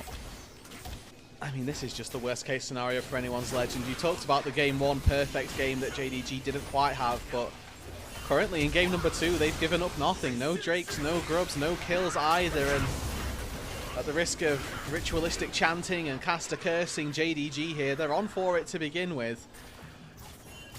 You can see with this dragon being started up, Flandre makes his way down to the bot side, so they clearly want something to do on this bot side of the map, and I think level 11 versus level 9 does give them a small edge. That being said though, Junji steps up and he's the one hitting it.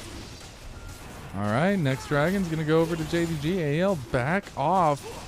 We have our first items throughout. We have that Bloodthirster completed with that kind of brawling, I guess, dueling misfortune build that we actually saw in NACL at the end of last year. Yeah. But incredible stuff to see kind of this pace of play that JDG have had.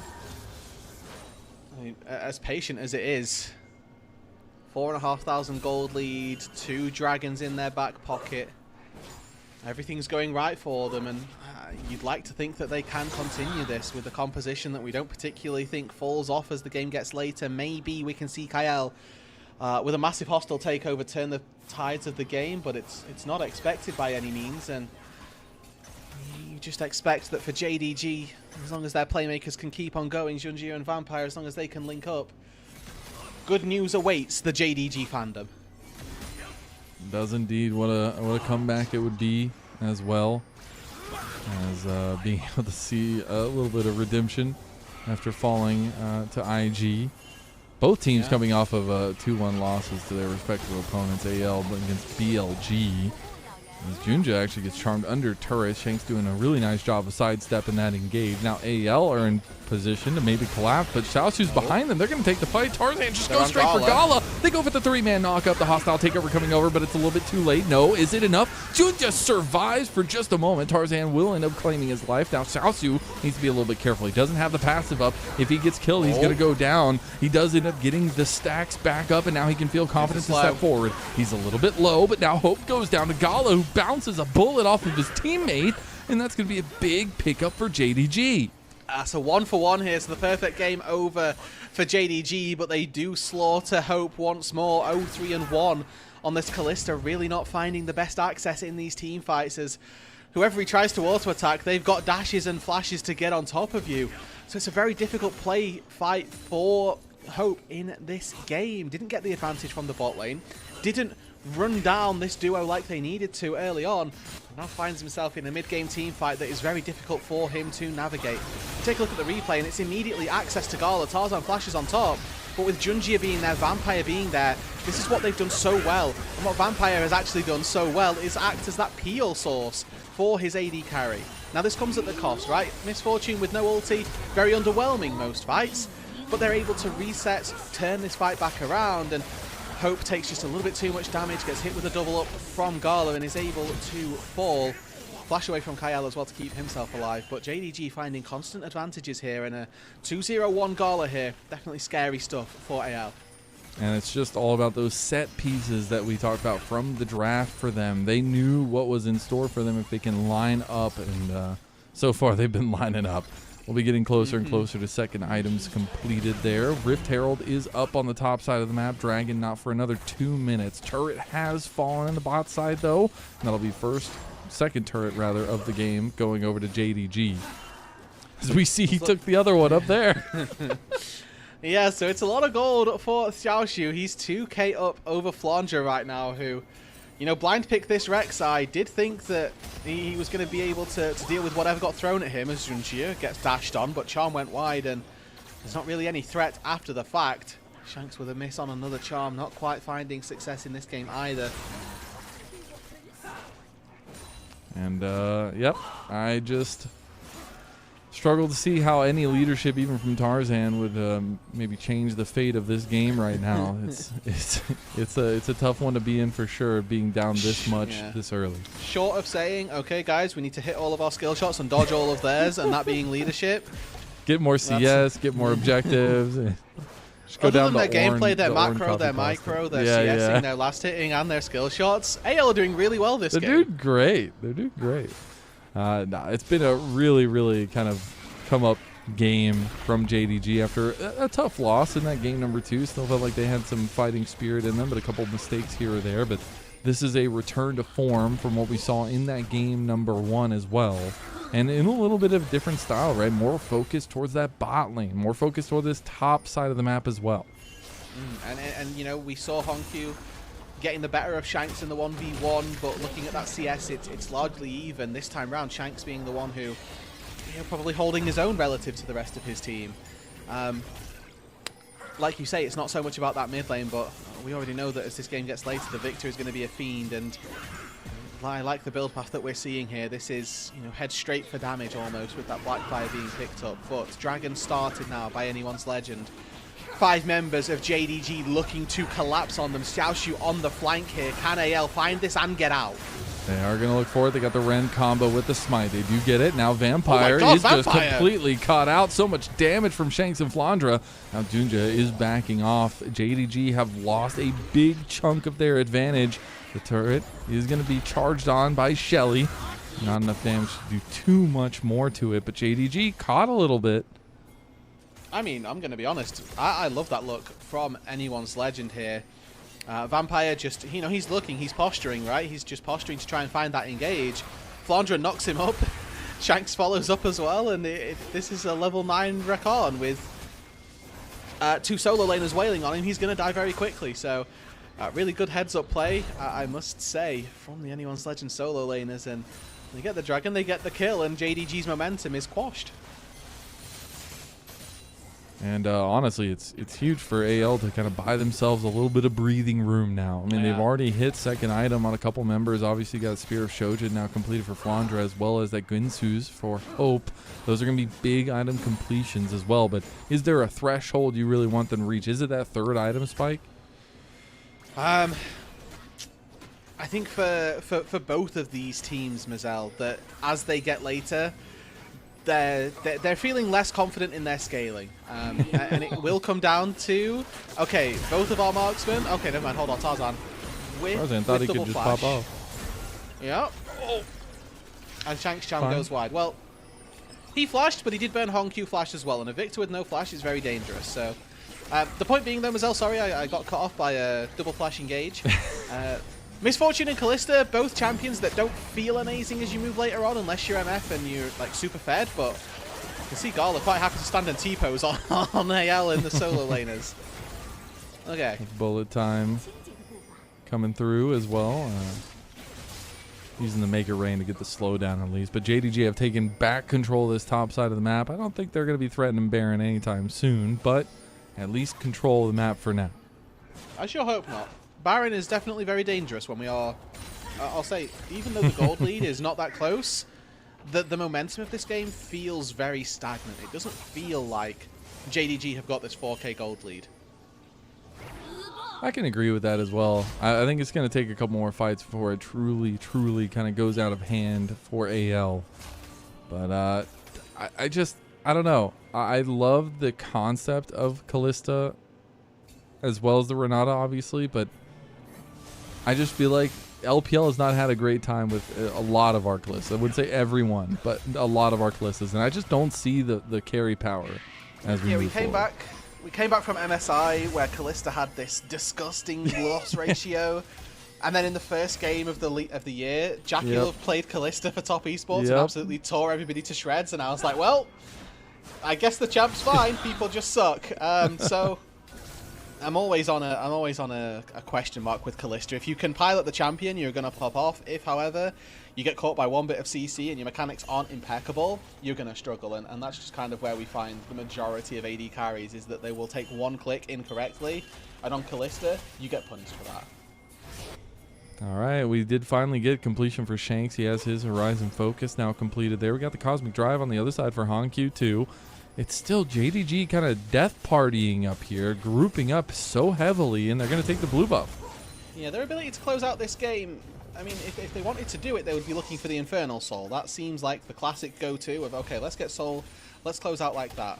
But they didn't really put too much priority. They didn't put too many stakes on that final dragon that just went down. So I'm hoping that in a minute's time they will change their ways and start turning their attention back towards it. That being said, we have got two solo laners, both with teleport, but they're both in the mid lane. So we'll see whether or not these upgraded TPs for the top laners can be used as well as they were in game number 2. Because by having your mid laners up here, you don't have that big impact TP with the shield when you expect your top laners to be on that bot side. And we did get level 16 for Xiaosu. I think his Grim Deliverance usage and kind of the reset on his health bar is going to be extremely important to kind of keep tabs on. But one of the biggest things that kind of undercurrent here so far is that one big catch from Flandre, he is full damage. They will shred these squishies, and that is what AL is relying on in these fights, for somebody to overextend, for Gala not to be watching his feet, for Vampire to get caught out and to take advantage of it. Yeah, I think that's a really big call out, actually, that the Rek'Sai is just going to try and tear you asunder. So make sure that we're keeping our eyes on the positioning of Flandre, whether or not he can get these unique angles. And with the Rek'Sai, it is quite easy. Just posture around the backside of the pit. You can see that the Ahri's trying to do the same thing as well. But Dragon has now spawned, and with the pushing on the mid wave, anyone's legend, they might try and flip a Baron here if they want to go super quickly. They do have Kalista, so it's not out of the realms of possibility that when they head to Dragon, we head to Baron. All right, they're going to start it up now. It's getting a little bit quickly done. I don't think there's going to be much that JDG can do there. She's just leaving the Dragon. It's going to be a bit late, but maybe it's enough time for JDG to get in and do something. Junja just wants to force it. Immediately gets hostile takeover. He just wants to get in the pit. Goes in. Steals it! Junja steals the Baron. And now they got to take the fight, though. That convergence is doing some work. Vampire gets chased down by Flandre. That assassin bug is going to be enough, but Gala gets a return kill. And now it is so advantageous for JDG as they hunt down Hope. He's hopping and skipping, but he's hopping straight to an early grave here sooner rather than later. Hold on, never mind. Had Flandre come back from dead, it felt like, to get the kill for Hope. Okay, well, it was a disaster, and if Gala gets caught here as well, that's even worse. But okay, overall, let's take stock. It was a 2 for 2, and the Baron got stolen by JDG. So Junjia against Kalista Smite duo manages to worm his way into the pit and smite it down. Now the question is, what happens for this Dragon? With Tarzan being dead, you have to imagine it's just forfeit and that JDG pushed themselves to Soul Point. But how on earth did they even steal that? Junjia, what a man! Welcome back to the LPL King. We missed you. We missed you, man.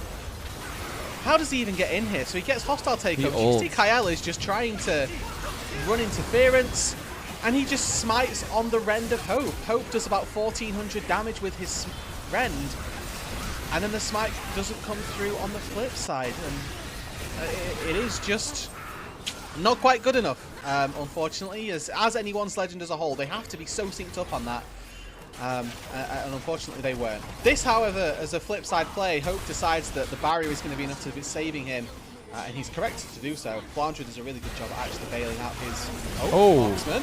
Vampire is dead to the pursuit of Flandre. Now they're going to go full ulties in. Shanks chasing him down too. Honkyu goes down. JDG have lost multiple members now. We need to be a little bit careful. Xiaosu is looking for them. He does have the health bar reset as well. The GA going to be there. The knockup from Junja. Look at this Zahen go to town. He's about to go even harder now. Junja holding him down while they wait. There's more knockups to come too. There's the third. Tarzan getting chunked down. Here comes the Grim Deliverance from the skies. The Darken reigns supreme. A triple kill for Xiaosu. A 5 for 4, and the Darken reigns supreme. It is Xiaosu who comes out on top with the Baron at his back. He is going to start laying waste to the structures of anyone's legend. They don't have the time to end. No, what is that damage? In 20 seconds. But look at the damage he does, Mazel. Absolute carnage. We need a new copy pasta. Get Showmaker started on a new one. I need it as soon as possible. This was disgusting from the one man that JDG rebuilt the team with still in mind. And you can see here the power of the Rek'Sai that Flandre has, the power that this diving duo in the solo lanes is going to present. Gala not able to withstand a Rek'Sai, but you also see what a bruiser top laner can do. In the face of 4 people, gets popped. Tell me top lane's balanced, bro. Yeah, I don't know. Again, as long as Xiaoshu's farming well, he's getting these level leads and he's doing so well. Shanks here steps into the Grim Deliverance, which does cost him his life. And from there, it is just a matter of time. But I mean, this is Xiaoshu's game to prove himself, right? If JDG don't win this, he'll be the one that's kicking himself. 8-0 and 3 on the Zehen. 1,000 gold shutdown, got those 2 kills early. He's making his case this game for the MVP for this matchup. And he has to carry JDG over the line now. Tarzan is going for an Omega flank here. He's like saving Private Ryan levels of behind enemy lines. He's going to try to weave his way around some of this vision. But look at the control wards. Look at JDG's discipline. They have 4 control wards down here when they're trying to push. And the second they saw him is the second almost that they decide that they have to back off. They have to play safe, and they have to protect that flank angle. It's very smart, it's very wise. But it does obviously give a little bit of a reprieve to anyone's legend. So that just the simple positioning from Tarzan there does enough to thwart any form of fight. Oh my god, he's on 4 items already. Xiaoshu is the king of this game. It is up to him when the game is over. Yeah, without a doubt. He's doing 42% of his team's damage right now. That is wild. Obviously, a 93% kill participation for Zunjia. I do want to say that getting KP on Jarvan is fake because your flag gives everyone around you attack speed, which counts as an assist. So Jarvan is just a cheat code to getting better kill participation. But even still, let's not doubt the fact that this Jarvan was instrumental in that fight that we saw Zunjia, that we saw Xiaoshu even take over. Quick engage onto the Jarvan though. Oh, they're going to try to find him again. His GA is going to get popped here if he can't find a way out. Some healing came through there from the Sundered Sky, but not enough. There goes the charm, kind of counterplay with that quickness pop of Vampires just getting locked down, and AL just sink their teeth into whoever's closest to them. They're looking for more here. Look at Xiaoshu though. Grim Deliverance gets the kill, at least with the help of Gala. Gala has staved off the darkness now. Flandre tried to get him, but he couldn't do it. Now Xiaoshu has his GA popped, or at least ready to go.